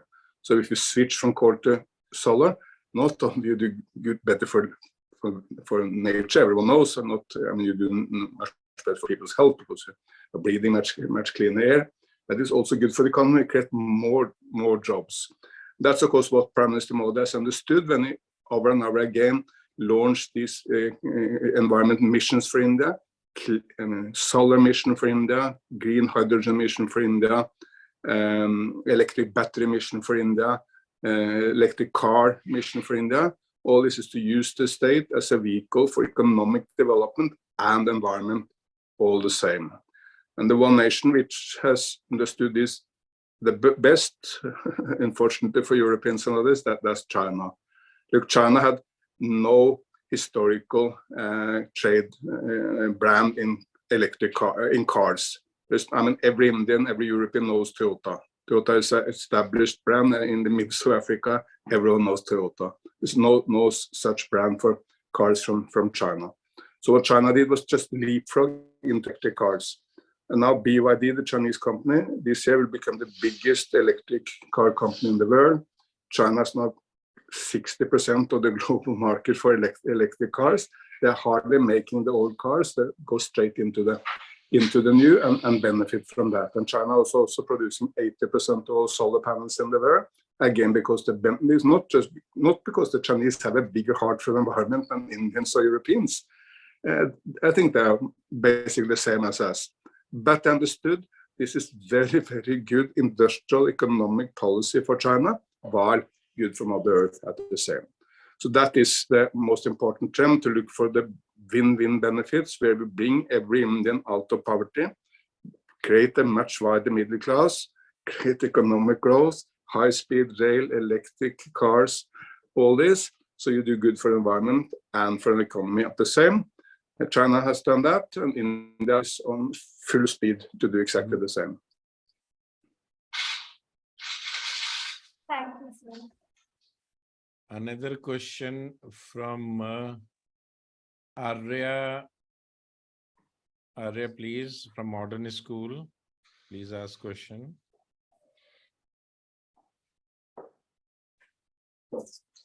Yes. Good afternoon, sir. So how can we contribute to the environment? Like when we are in the cities, we are not the owners of some we are not industrialists, not owners of factories, because most of the time we are not even aware of the activities that we do in our daily life that affect the nature drastically. It's a great question, and I get it very often, so I give some thoughts about it. If you are a young person, wherever, say in Delhi or Chandigarh, the cities I mentioned, but wherever in the world, you have many ways of influencing.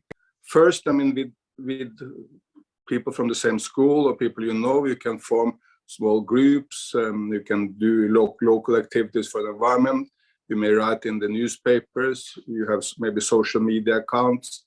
There's a very young person in Delhi called Arav Seth. He has started a environment group with these fellows in Delhi, and they do a lot of great work. Of course, Prime Minister Modi can do more, everyone understands, but still creating that atmosphere from the below also helps Prime Minister Modi to do more at the highest political level. Then very concrete steps, you can start planting trees. Very many people, even in cities, have a garden. There is no garden, there may be some public spaces, and you may ask the local authorities whether you can start planting trees there. You may call for solar panels if there are parking spaces in your neighborhood. Ask why isn't it covered by solar panels?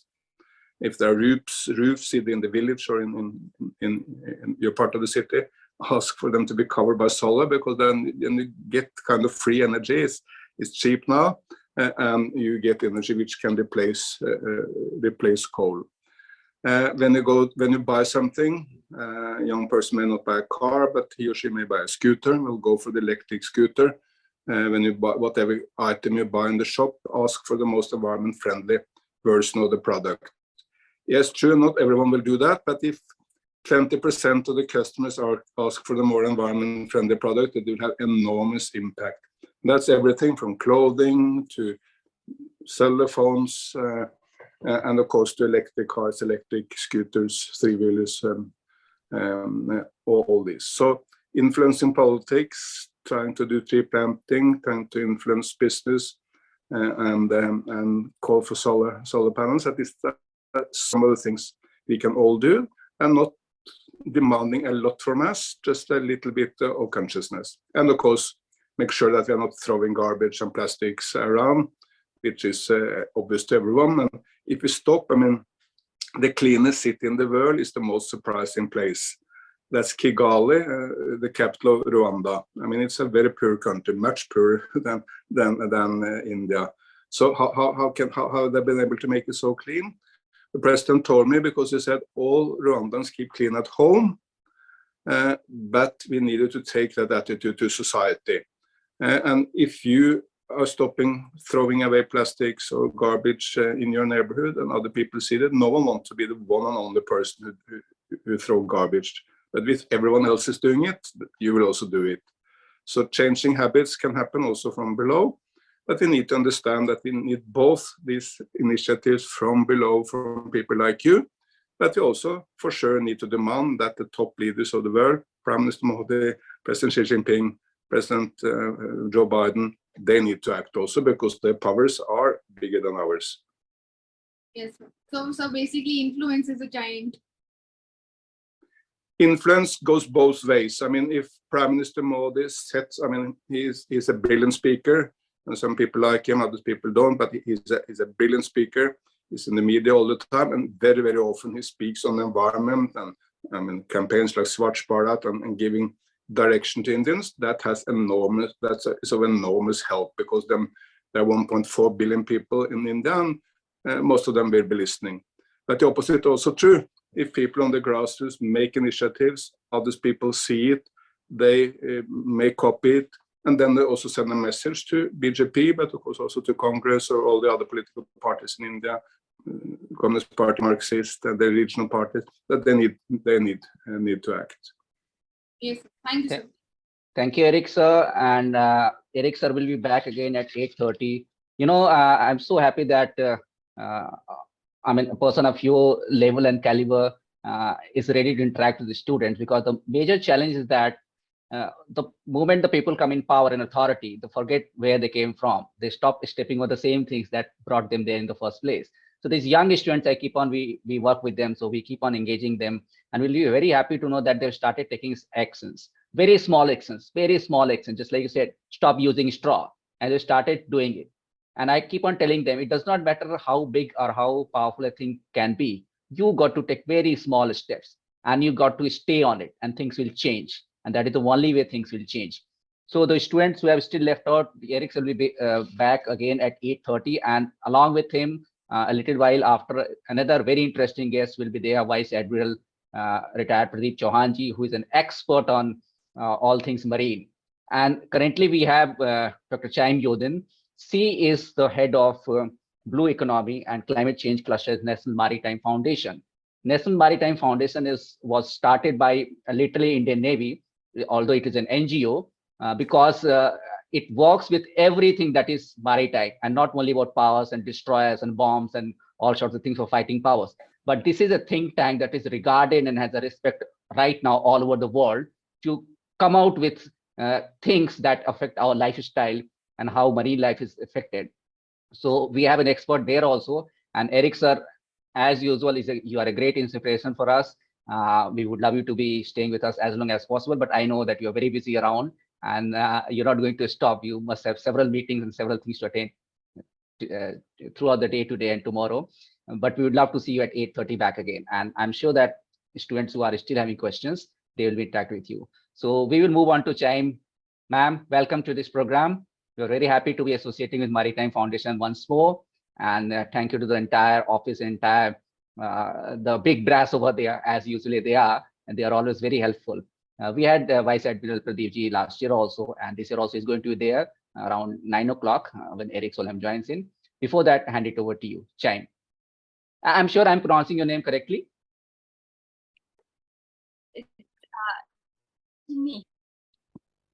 Am I audible? Yes, now you're audible. Thank you.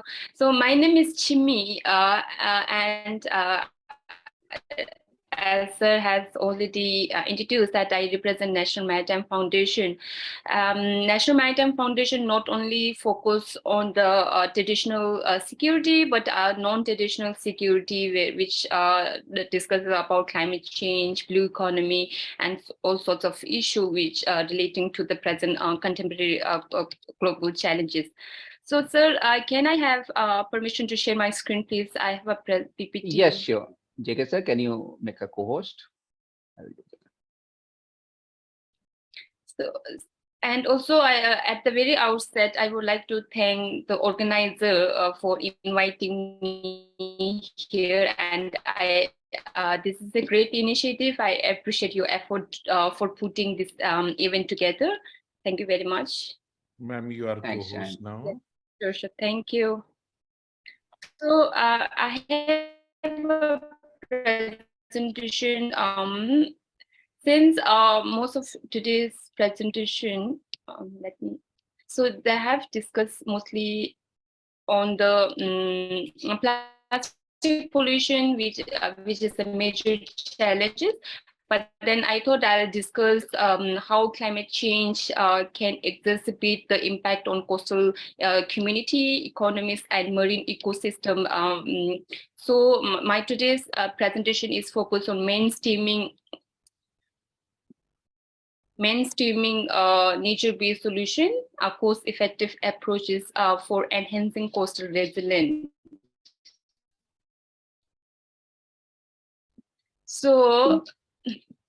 So this is the broad overview of my today's presentation. First, I thought I'll discuss about the vulnerability of coastal regions to climate change, its different approaches of nature-based solution.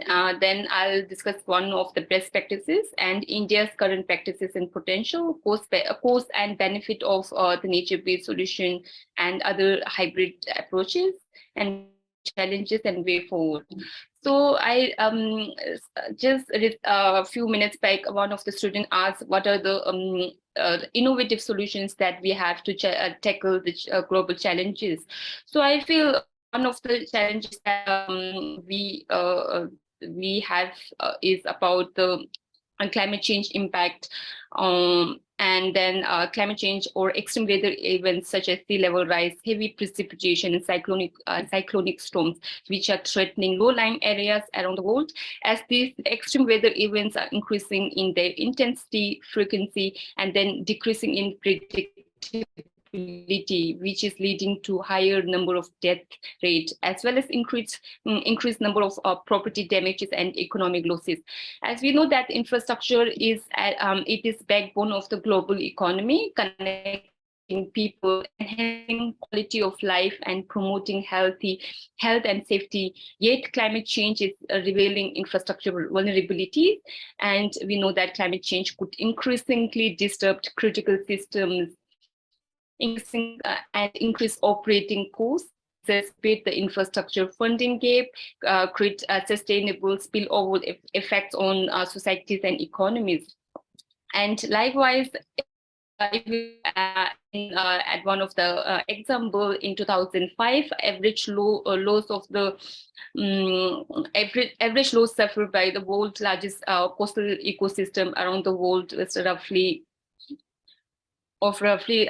6 billion US dollar per year, and it was also estimated that by 2050 the losses are expected to soar to at least 52 billion dollar per year, and it could go as high as 1 trillion US dollars if climate change and land subsidence significantly worsen. So one of the responses, and also one of the most worrying part, is that coastal ecosystems such as mangrove, coral reef, sand dunes, which act as a buffer against sea level rise, as well as against natural hazards, are under threat due to anthropogenic climate, and also as plastic pollution is one of the major causes of the threat, declining of the such ecosystem. So we know that one of the response to this challenge has been or is to build or upgrade coastal defense.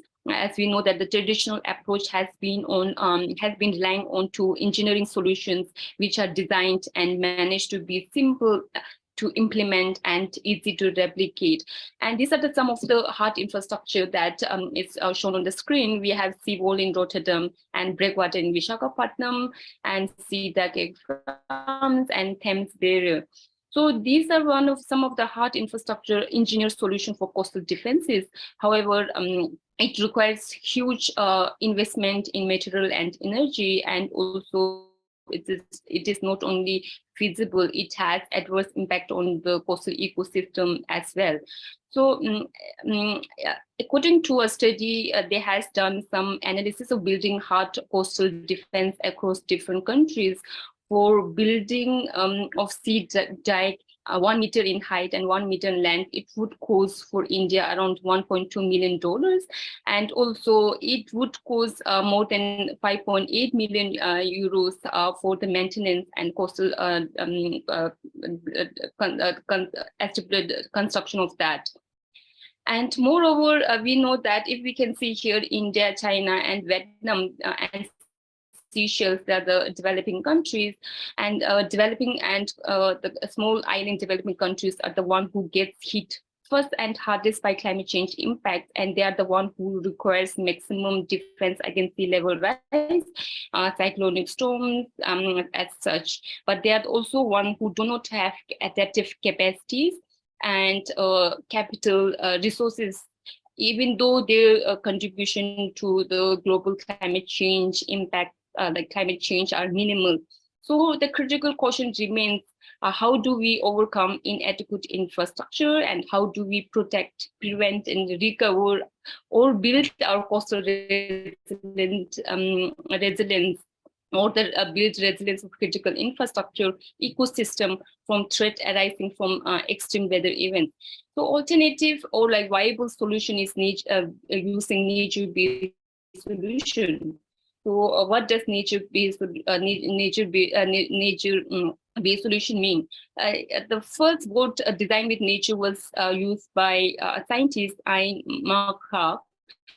His premises is simple, that the shaping of land for human use ought to be based on an understanding of natural processes. And then the concept of nature-based solution, and the term was subsequently used by different international institutions, government.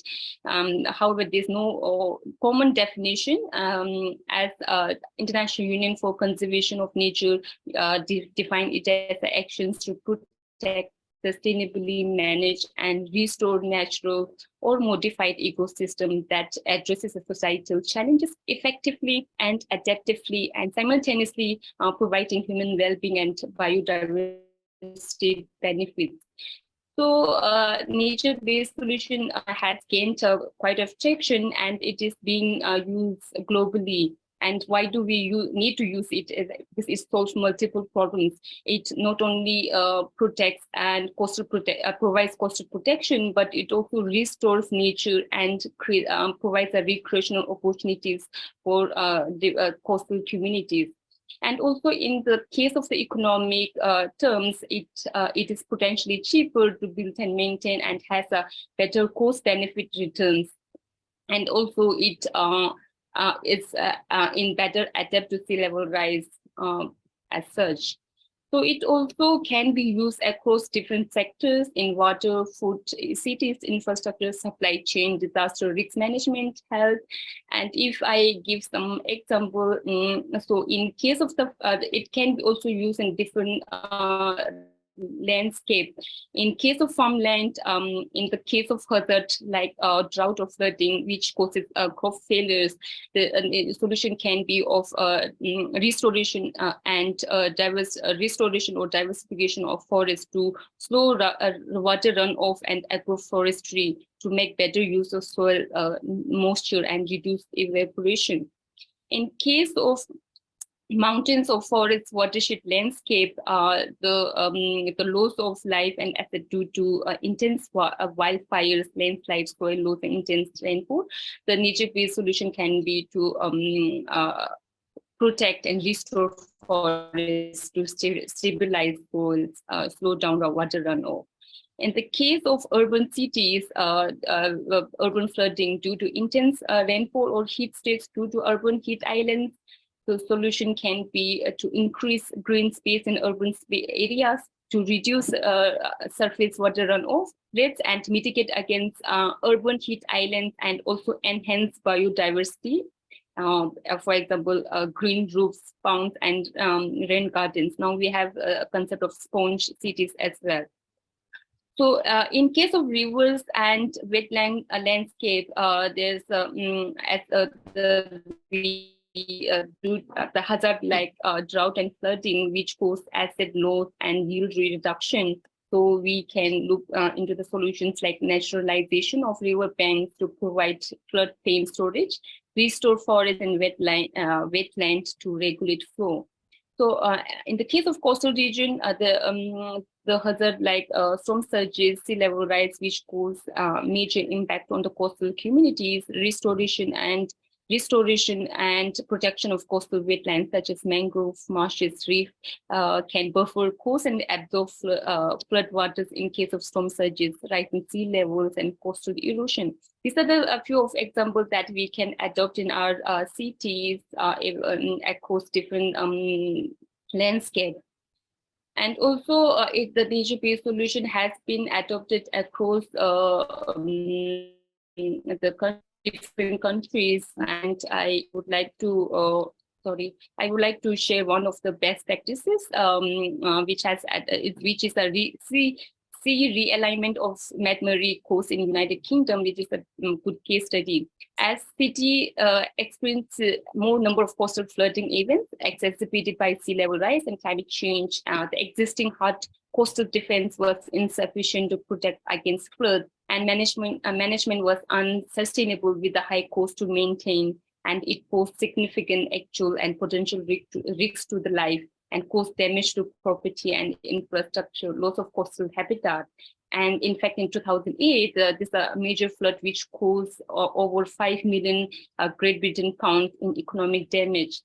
So the city authorities have initiated a new nature-based solution. There's a first large-scale managed realignment project was started, and they built a new sea defenses island where rocks were imported from Norway, then breached the original Shanghai Bank and created a damaged ditches, provided a reef bed, and created a new pond and new freshwater outfall structure.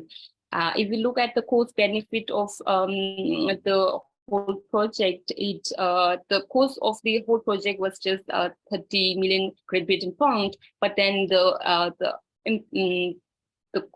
benefit that it provided is massive. It improved flood risk management, and it gave 1,000 times better protection of the communities, and also it provided salt marsh habitat which developed in the new intertidal areas, and also created 300 hectares of wildlife habitats. And similarly, in 2014, there was a storm surge which had previously would have caused 6 million of economic damage, but with the new defense in place, the storm passed without any incident. And also, the whole project supported recreational and tourism and water purification, and it also helped in production of natural resources. So these are some of the benefits that it provided. In the case of the, similarly in other parts of the countries, Southeast Asia, the mangrove forest restoration is a massive ongoing projects. And in case with the India, National Institute of Urban Affairs and World Resources Institute India launched India Forum for Nature-Based Solution to create a collective of nature-based solution entrepreneurs, government entities, and like-minded organizations to help scale urban nature-based solutions. So they pledged to increase 8% of hectare, and also to restore at least 3% of the present hectare of a natural ecosystem.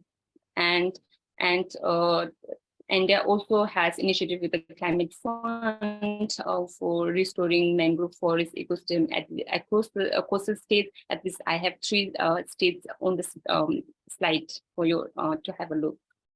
And also, these are the some ecosystem services that provides by mangrove, supporting services in regulating services, cultural services, and provisioning services.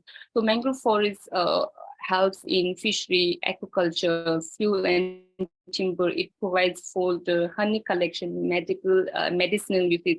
In the culture services, it provides a tourism, bird nesting ground, and education as well. And it also provides regulating services such as carbon sequestration, water quality maintenance, erosion prevention, and protection and function. So I thought if we look at the cost benefit that mangrove forest restoration can provide is massive. It also provides, in the case of the coastal defense, it reduces the physical vulnerability of to any climate change or extreme weather events. It provides flood protection, coastal erosion, and also provides coastal ecological security, where it provides a wildlife, food and habitat, and also environmental safety in terms of carbon sequestration. So mangrove forests are known to sequester and store huge amount of carbon due to their rapid growth rates and slow breakdown rates. And also, according to some estimates, forest restoration and avoiding deforestation could provide a surprisingly 1/3 of the climate mitigation needed between now and 2030 to keep warming below 2 degrees Celsius. So apart from that, it also works both in adaptation in terms of coastal protection and mitigation in terms of the reducing of carbon dioxide emission. So it provides livelihood security, it provides home to fisheries and other marine wildlife fishes, and also it provides recreational property, and also people who live near the coast gets protected from any sort of challenges, and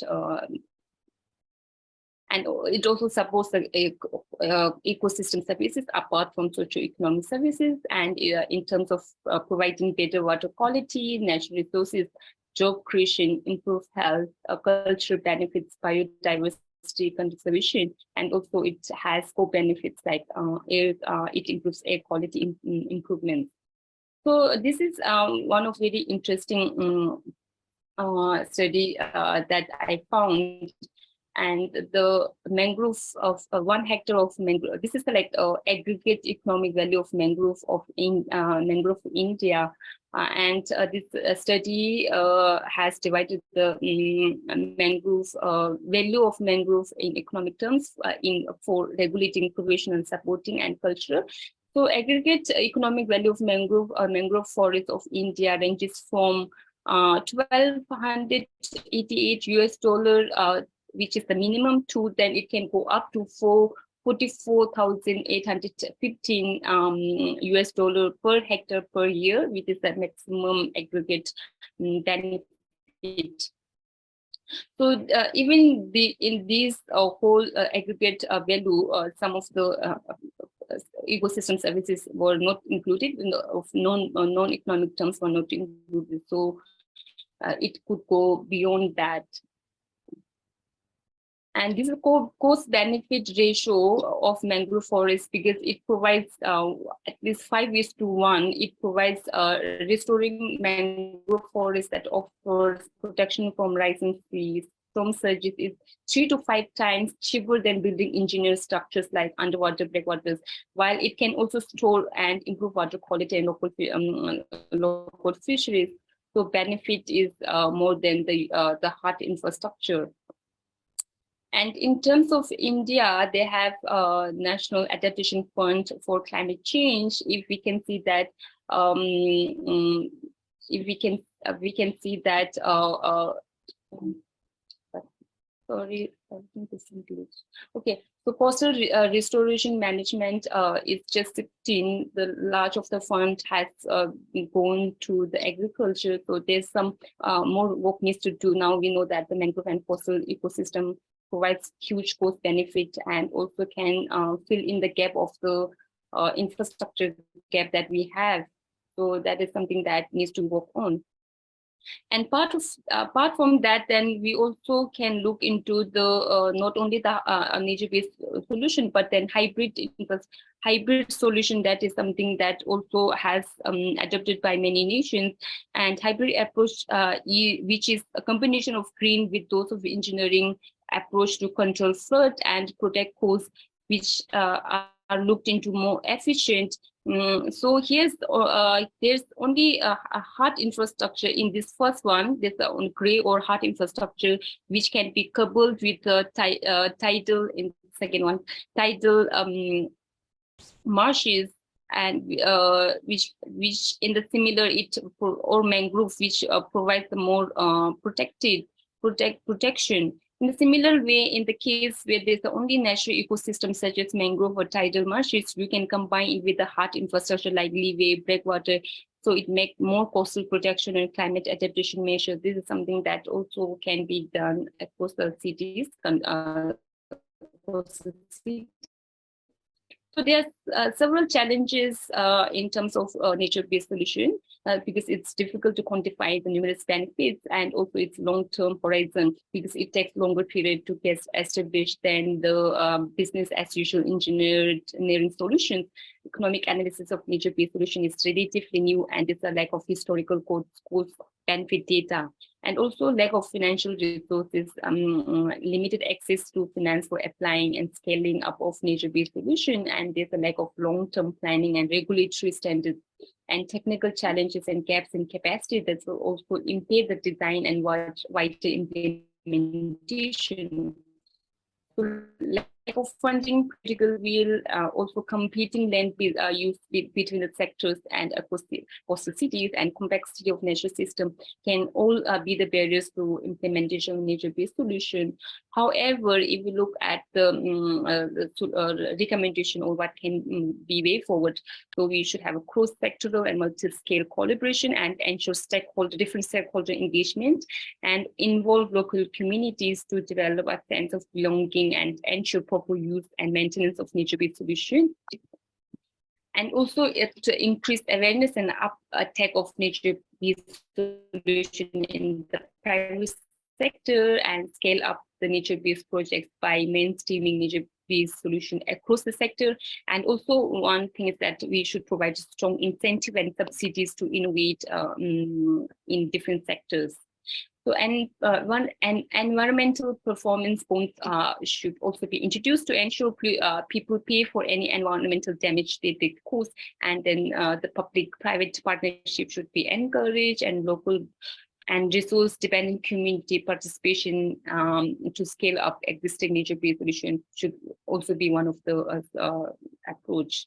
And then the collaborative partnership between governments, private entities, communities can help address these challenges and support successful nature-based implementation. With that, I'll end my presentation, and then I will take a question and answer from the audience. Thank you.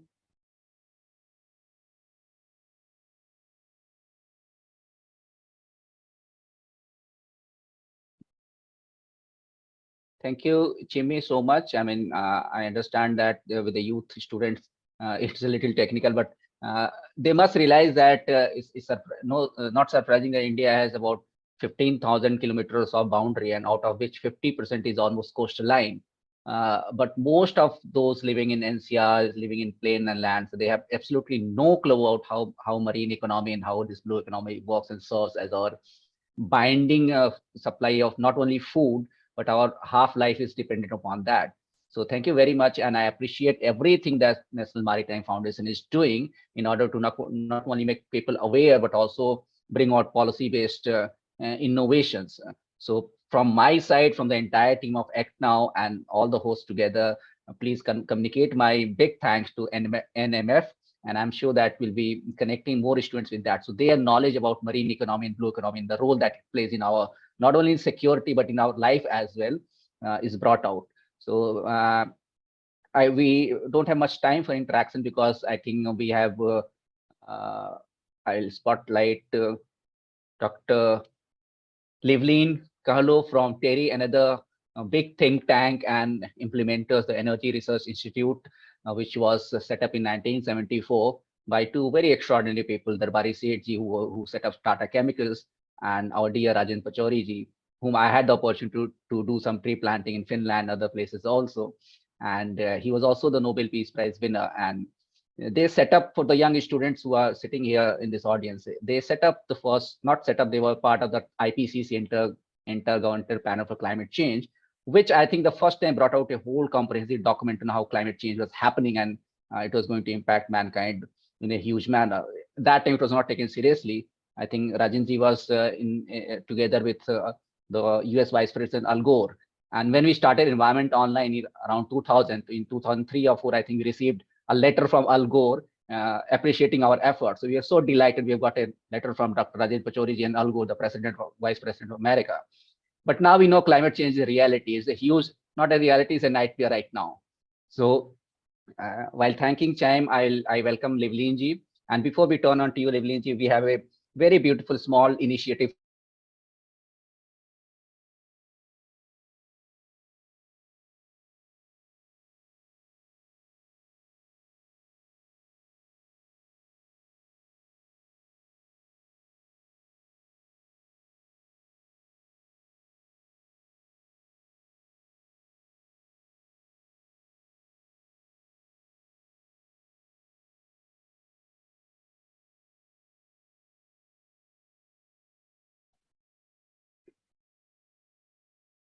Can we play track V33?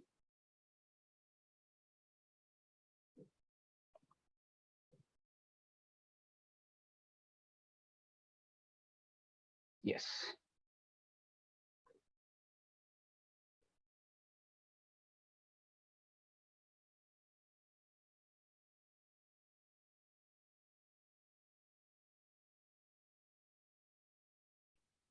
Today, probably Zoom is having a bit of difficulty handling our event.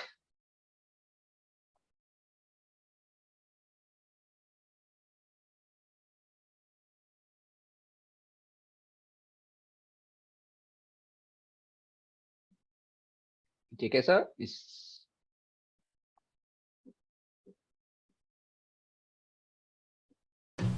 This day was horrible.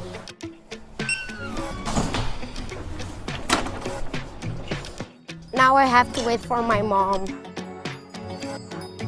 Okay, let's see where I can sit. I will sit on the stairs.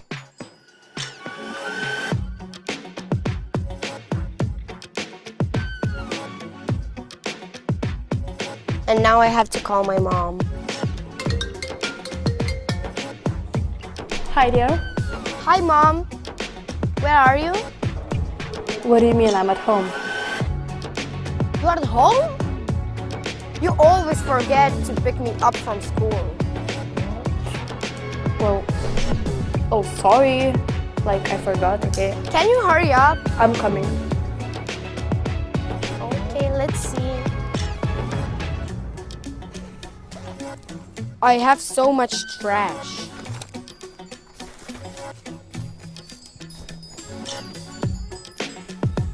I don't need that.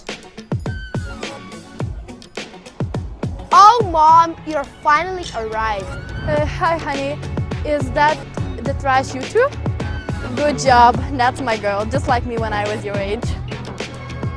Mom, can we go to the playground? Sure, why not? Stop it. Don't say that I'm not a little child. Well, you look like it. I'm mad at you. Why? Because you're late to pick me up from school. That's not my problem. Why? You forgot, not me. Well, you're so annoying. You're annoying.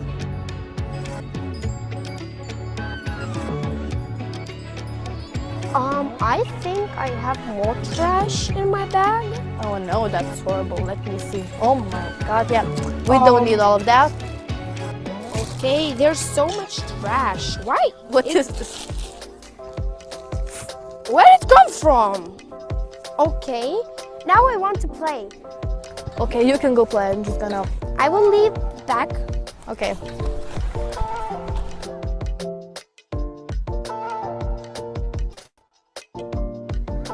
Hey, what are you doing?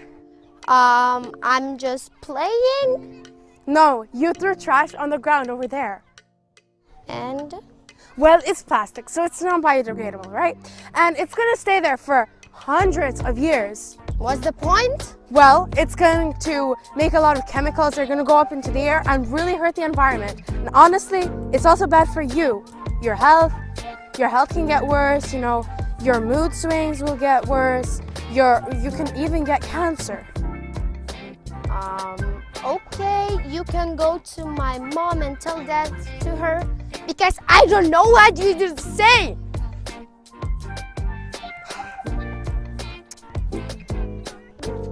Hey! What is your child doing? You're teaching her the wrong things. See all this trash? It's so bad for the environment. What are you talking about? We're just getting... You see this? You see this trash? Yeah? It can release bad things into the air. I just told your daughter that, and she doesn't care. What are you teaching her? Oh, sorry, I didn't know. Well, I guess I'll pick it up. Yes, you do that, and I will help. You really shouldn't be doing that. So, I'm glad you changed, and honestly, at least one person changed in this horrible world. Well, I guess you're right. I guess throwing trash is polluting the atmosphere, and I shouldn't teach my daughter that.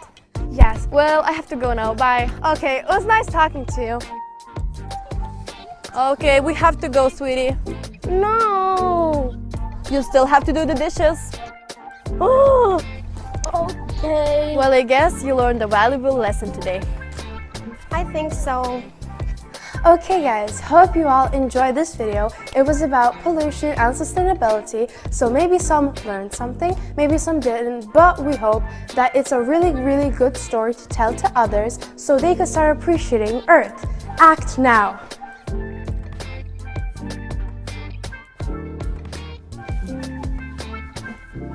The end!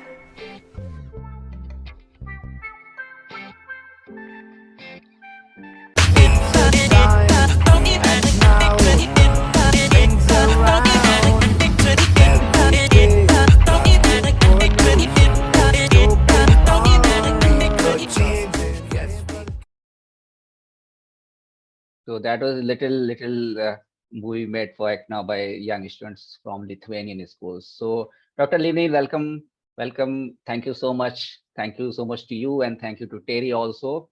And I'm sure in future also we'll be able to find out something with the young students, because ultimately our efforts have to reach out to them. So here we go. Yes. Thank you. Greetings to everyone who's present in this prestigious forum. Just please confirm if my screen is visible. Yes. Okay, perfect. So I see that there are several youngsters in today's talk. So for all of you who are feeling a little tired, stretch out, take a quick water break, feel energized, feel happy about being here, because I want to tell you that this entire exercise is being curated for you, and it is only if you are able to enjoy this experience it's going to make a difference to all of us. So thank you so much for paying attention to today's program. So what we've done now, just we have admitted 60 students, 30 from modern school NCR Delhi and 30 from Brookfield International School in Chandigarh. Apart from that, we have almost 60,000 registrants from across 100 countries, mostly youth and students.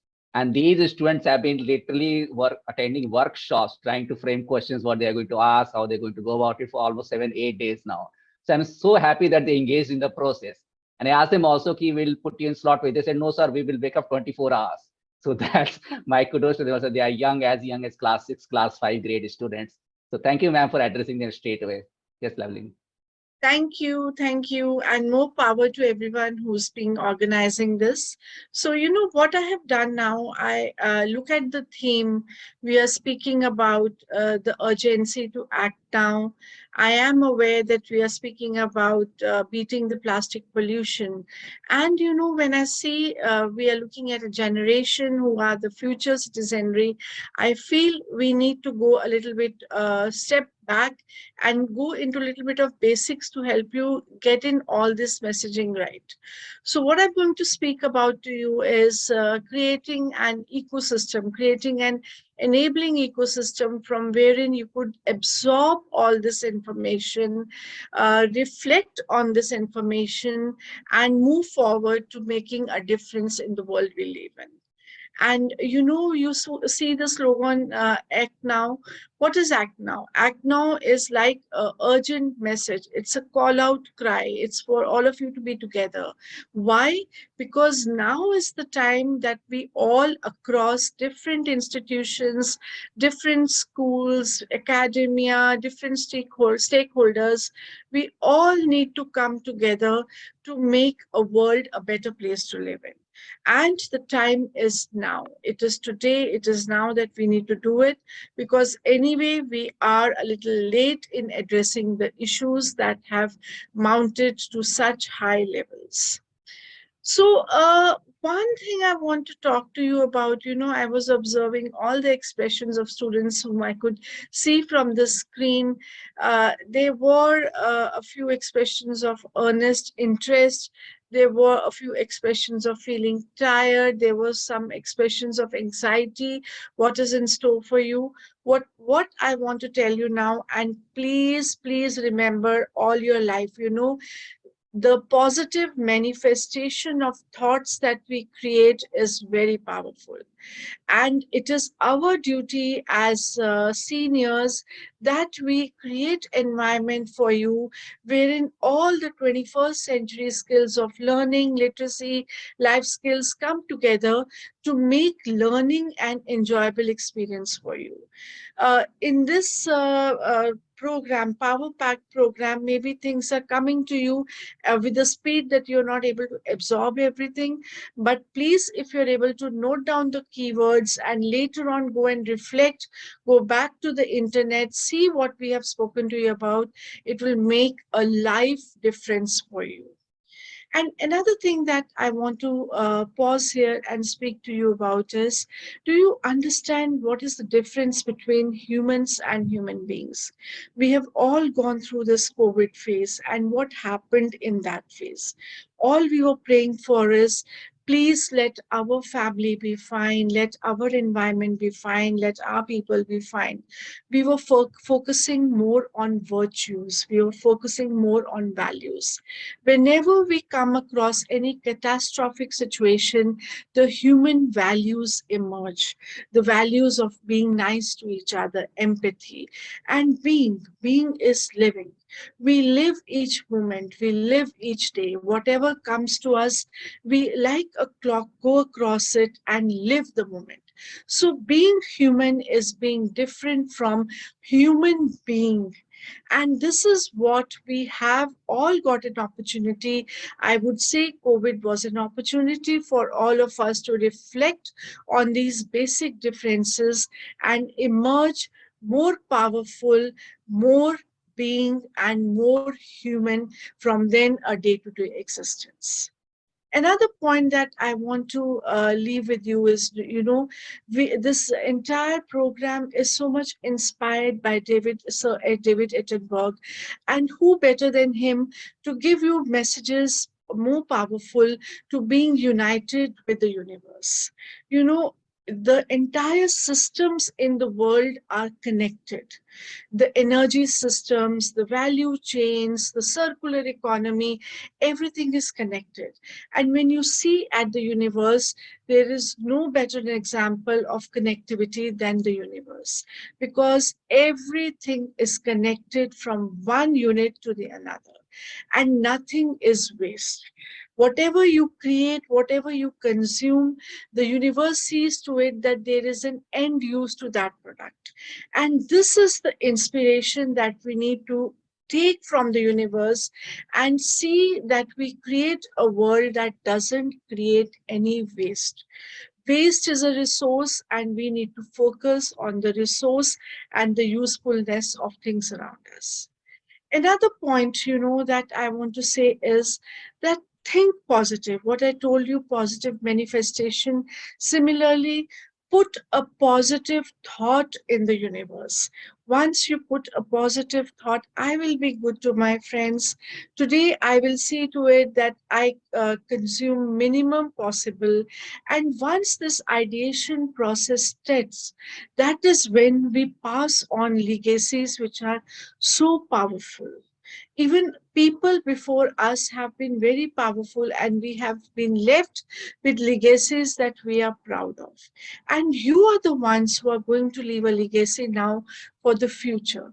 So leave positive messages. And as I said, think positive, act positive, make habits that are positive, because that is the things which are going to decide our destiny. And also, please do not react, respond. You are told an important point. Don't immediately react with yes or no. Pause, respond. When we say respond, respond is with more reasoning. And these are the qualities that we want to see in our youth, in our young friends who are with us now and who are connected with us all over. You know, when you respond and you react more positively. Be hear this, be the change that you want to see in the world around you.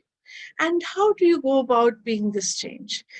Being this change is not that you need to be elected to a very important post. Being a change is being a leader in your immediate community, in your classroom, in your squads, in your home, because you are inspiring other people to being better human beings. The two slides that I showed you before this are all about being responsible leaders. And then, you know, once you create a niche of responsive, positive leaders, you automatically move towards supportive policies. So if you visualize this as a pyramid, it is a bottom to top approach where you are creating a cohort of same thinking individuals who are moving towards positive policies, and that is where you build capacities of people around you to create locale specific actions. And these locale specific actions are a plastic free school, a honking free zone, a green environment, a school where you are caring and sharing with each other. And once this happens, you automatically become the change that you want to see in the world around. In India, you know, we have this mission life, which is lifestyle for environment, hosted and announced by our eminent Prime Minister Narendra Modi ji. And what is this mission life all about? This again speaks about the urgency to act now, because we need to transition from a use and throw culture to a circular economy. And once you move towards circular economy, you will see that the world around you does not have waste. The oceans do not have plastics. People have more positive signaling, and every place around you is green and litter free. So those of you who are not aware about Mission Life, please go back and read more about it and get connected with it on a day-to-day basis. Okay, now this is what we were speaking about now. A person who is connected with the history and thinks about the future and lives in the present simultaneously is the one who will create a better life. And now what I'm going to talk to you about is a little bit about the past. You know, the earth has seen 5 major mass extinctions. And now in this circa, we are seeing evidences of the 6th mass extinction. And this 6th mass extinction is not created by anything which is new to us, but the humans themselves. Anthropocene, this current era where humans are dominating all other life systems, are catalyzing the sixth mass extinction. And what are the evidences of this? Take a look at the slide in front of you.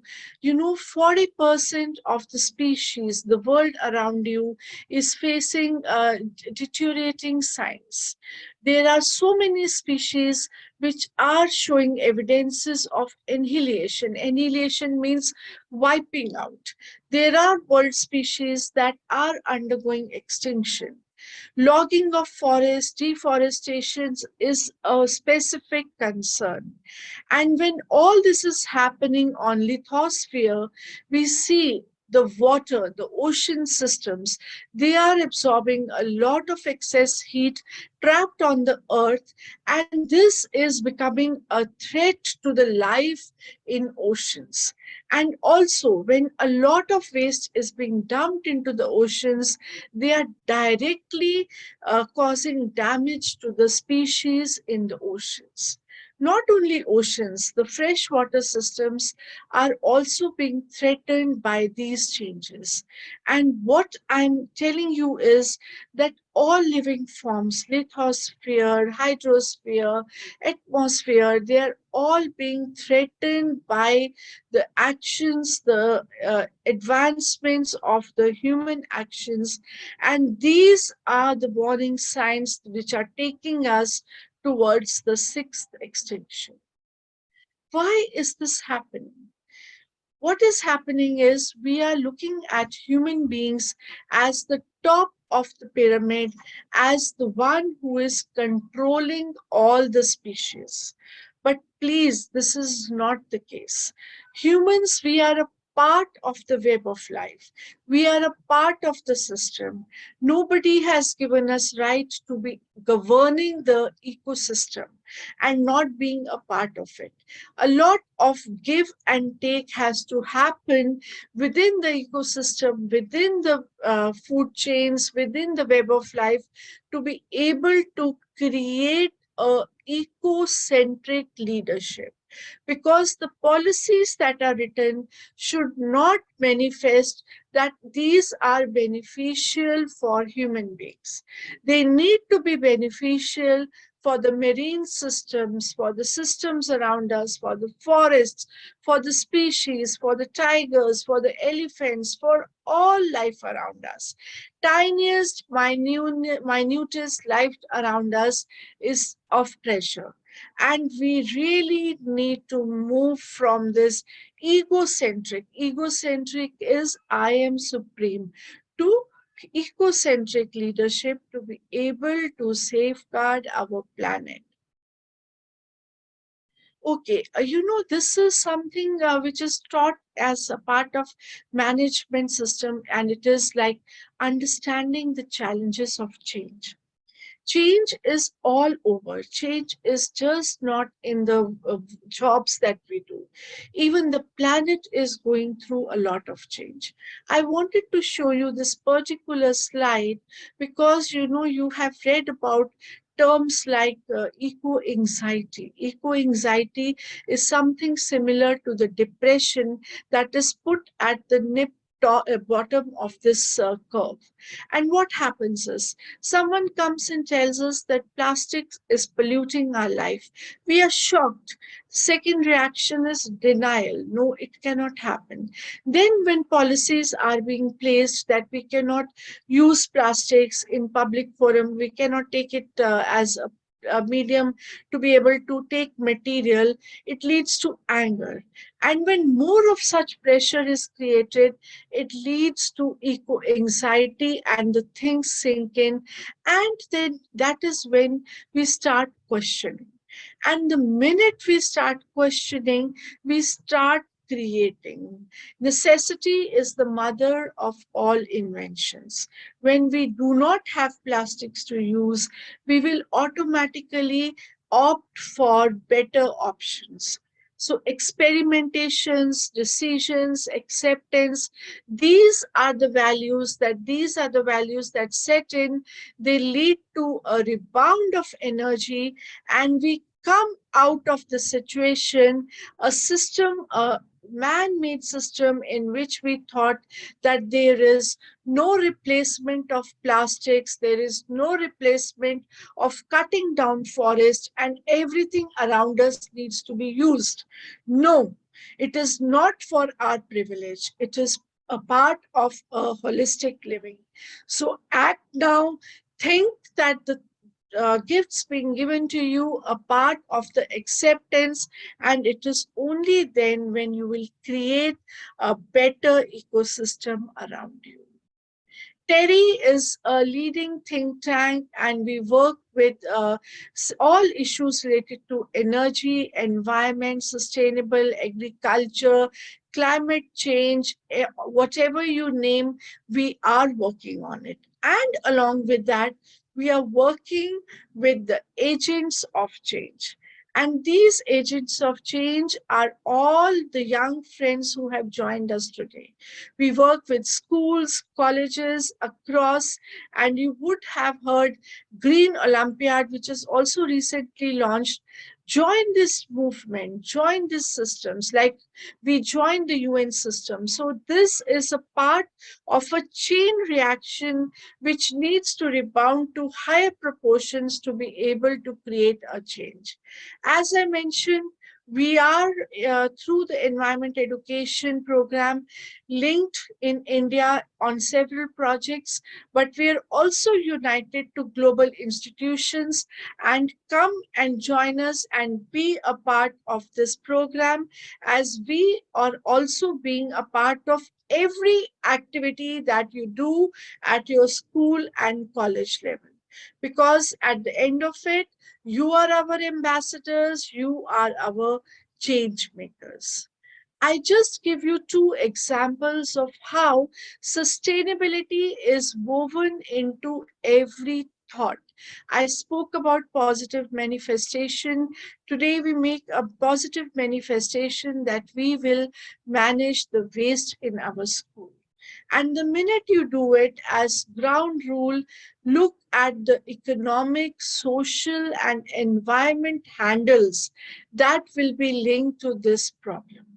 Because in our haste to make a change, we should not impact another area by creating a bigger problem. So if you're looking at waste management, please be conscious about the social linkages, the how it will impact a rag picker, how it will impact the children, and how they need to be brought into the system, because in the new system, if their livelihoods are threatened, how will they survive? So this is where you need to put up a social hat and think about the end of your solution. Similarly, economic linkages needs to be brought to the forefront. How the economics needs to be redesigned, cost effectiveness of managing waste needs to be put in, and that is where new entrepreneurships, new models, new experiments will come to the forefront, where you will give jobs and a position to the new booming economics that come in place. Environment linkages, of course, plastic is a menace. And the minute we recognize it, we will work towards creating a plastic-free zone, creating a positive environment, creating a positive niche where the problem of plastic management, waste management will be taken care of.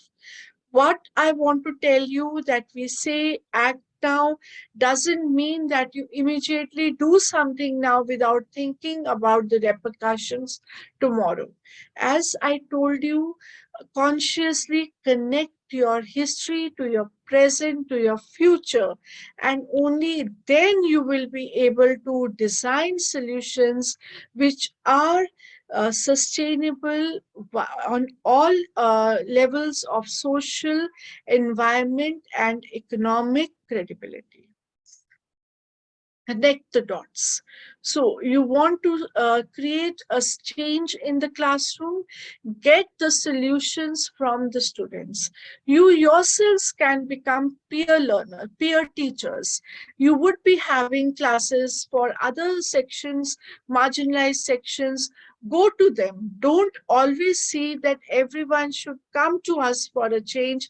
Rather, you need to get up and move to different sections of the society and create the change. So what I said, join the dot.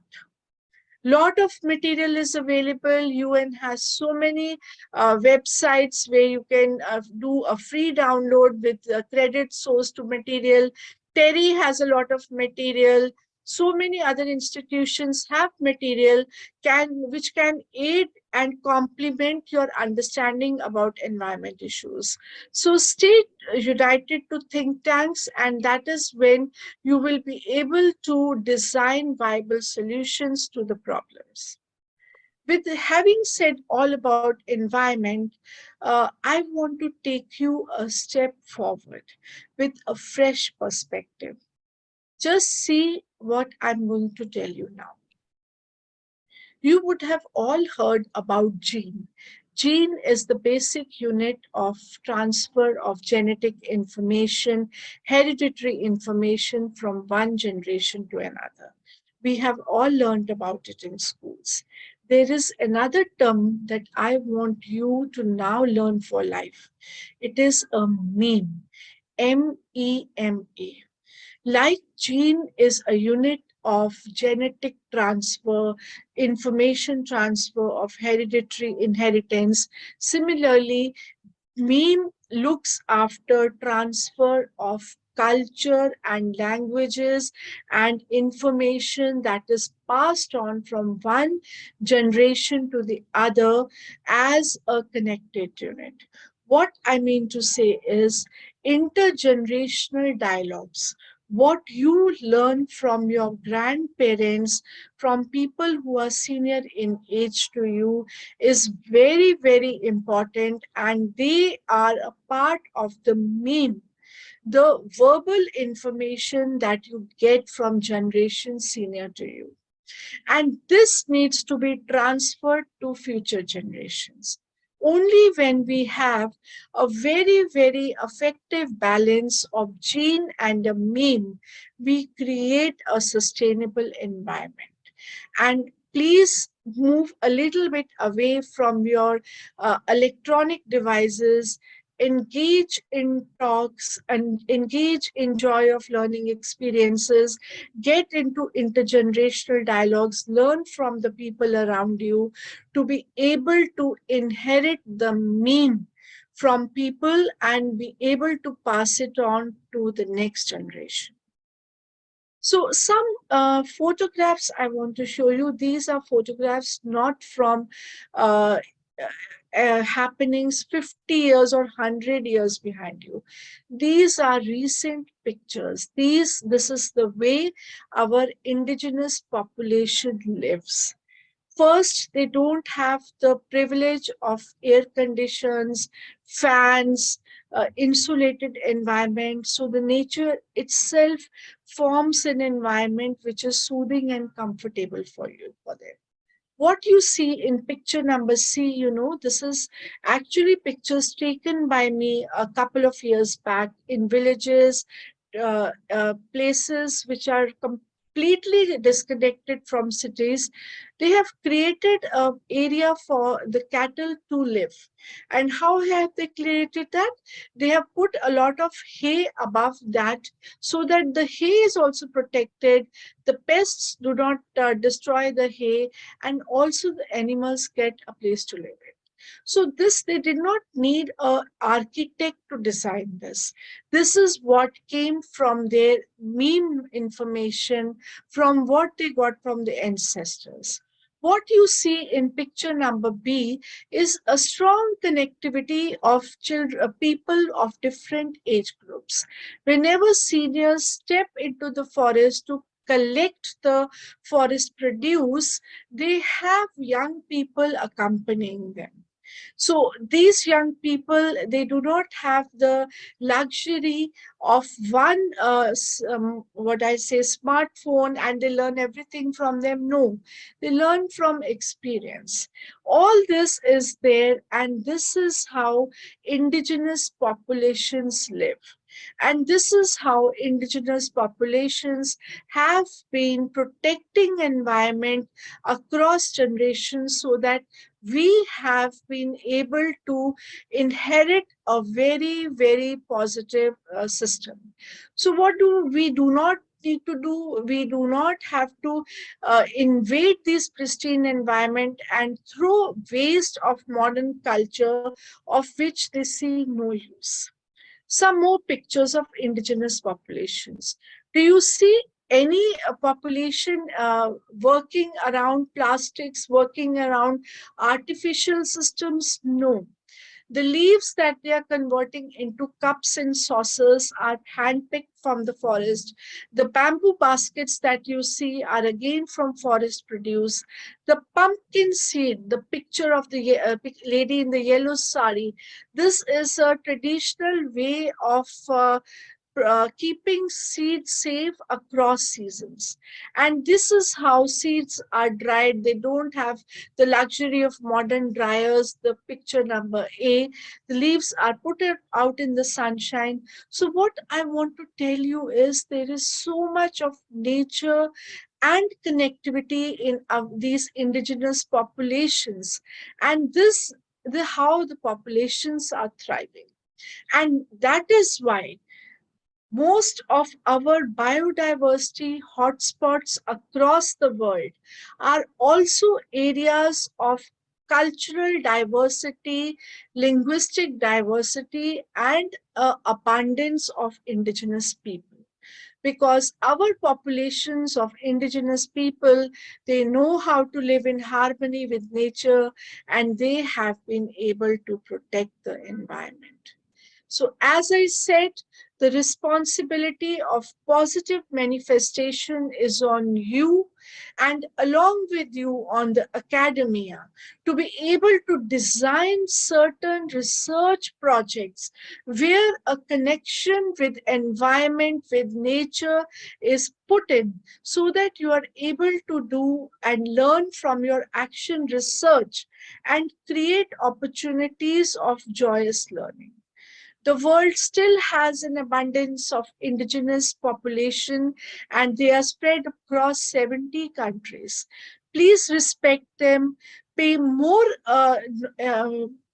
attention to indigenous wisdom, because our indigenous wisdom is going to show us the world the way we want to live in future.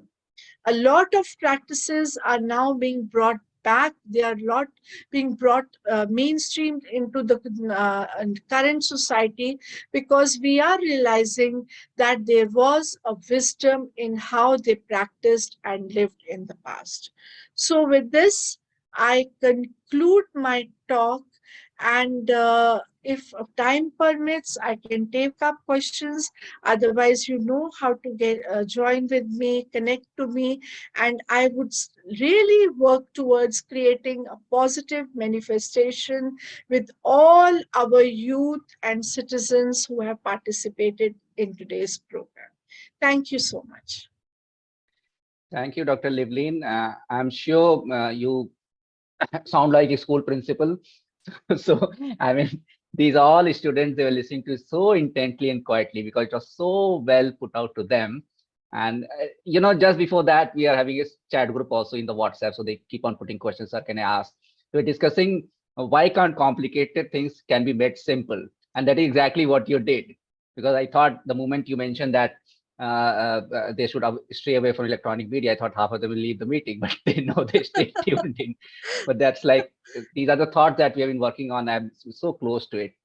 So thank you so much. Please stay for a while. We have a very interesting person from Arbonaut. It's a Finnish company that specializes in satellite technology, satellite imagery. And they started working in 1970s, 80s, when nobody had this technology. So, logging and forest is a very serious business in Finland. So her CEO is a good friend and he's currently been traveling. So Kaza is here. I'll put her on the screen. So I think we have lots of time. Hello, Kaza, how are you? Hello, everyone. I'm fine, thank you. And I'm very happy to And be I'm here. sure Dr. Livlin is also from a very interesting institute. It's called TERI, the Energy Research Institute, and which was established by Dr. Rajendra Pachauri, who has been to Finland several times, and he has worked with Karelia Foundation also, doing this tree planting and several things involved with many projects in Finland. So Livlin is here. He was just interacting with the students, and she made a very emphatic presentation to the students how youth can be involved in our processes. So welcome to India via digitally. Kaza has worked very extensively in India and Southeast Asia and Cambodia also. So he's going to make some presentations and share with her work and Arunat's work also with the students. But before that, I would like to play some video and direct a few questions to both of you. Then we can do the presentation. We have ample time till 3:30. And to announce that we have just successfully concluded our first session, that is 12 to 3 p.m. 7 more sessions to go.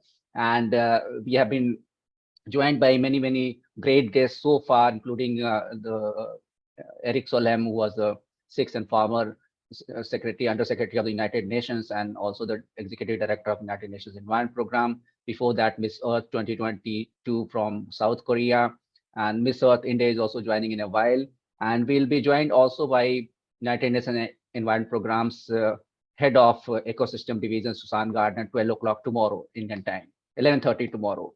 So apart from that, we'll be joined by young climate activists from around the world. One of the girls will join soon enough after this session, Lily Plath. She is known as the plastic pickup girl from the Netherlands, and she started working at the age of 8. We have all our own Lispria Conjugam. She's traveling to Italy, but she was kind enough to send a video message, and she'll join us later on. So the purpose of this event is to bring this youth, young students, in touch with personalities, people, organizations around the world, so they can see what kind of things are happening on the level and the ground, and they can take a cue and keep this sensitivity, consciousness, and connection to nature with them and carry it forward. So welcome to you. I'll play a small video, which was a theme song and theme dance performed by students, composed by teachers, and all ex gratia. So JK sir, can I request you to play track V2, and then we can get ahead with the rest of the session.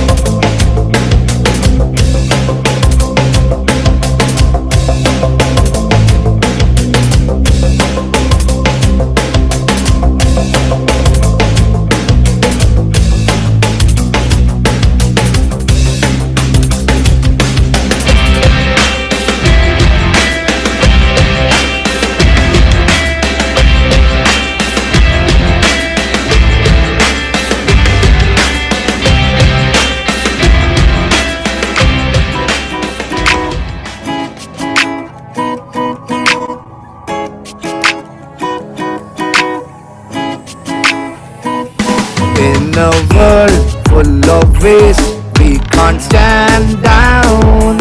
It's a time to act now, turn things around. Every day, plastic pollution, it's choking our earth. Sustainable choices, now give them birth.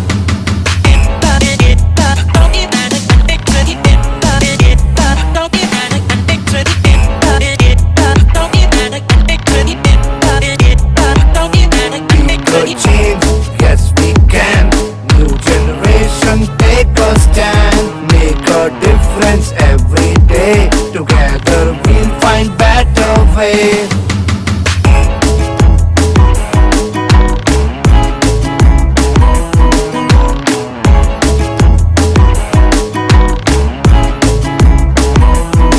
Imagine all the plastic used just once and thrown away.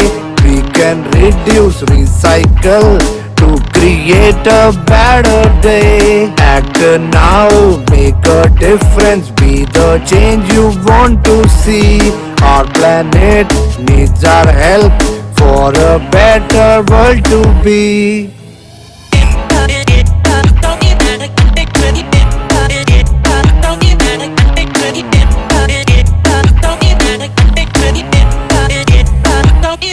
Imagine all the creatures living without plastic waste. No more plastic in our oceans, planet's beauty will embrace. Be the change, yes we can. New generation, take a stand. Make a difference every day. Together we'll find better way. Come on, let's join together and take action. Don't delay. We can make a brighter future for a better world today.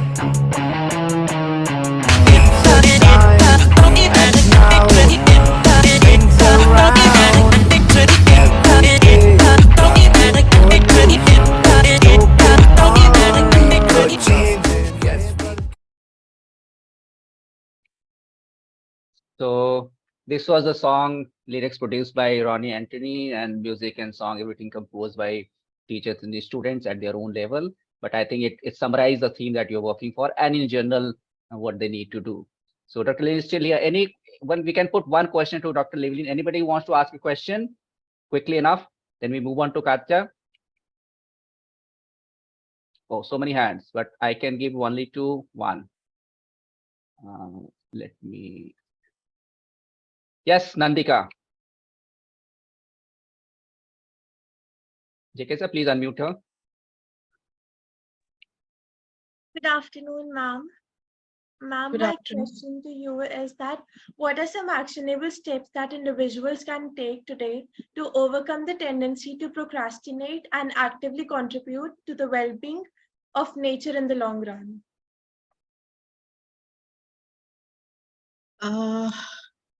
Rajiv ji, what is the first line? What is the maximum? Sorry, I didn't get you. Nandika, Her question. Can you repeat your question, Nandika? What is the maximum? What did you ask? What is some actionable steps? Actionable. Steps. Okay. Actionable steps. Okay, fine. Nandika, a very, very important question. It emerges from the theme Act Now. So actionable steps is that do not procrastinate. Like whatever you can do, whatever small initiative you can do now, that is more important than the cumulative that you can do over 5 years.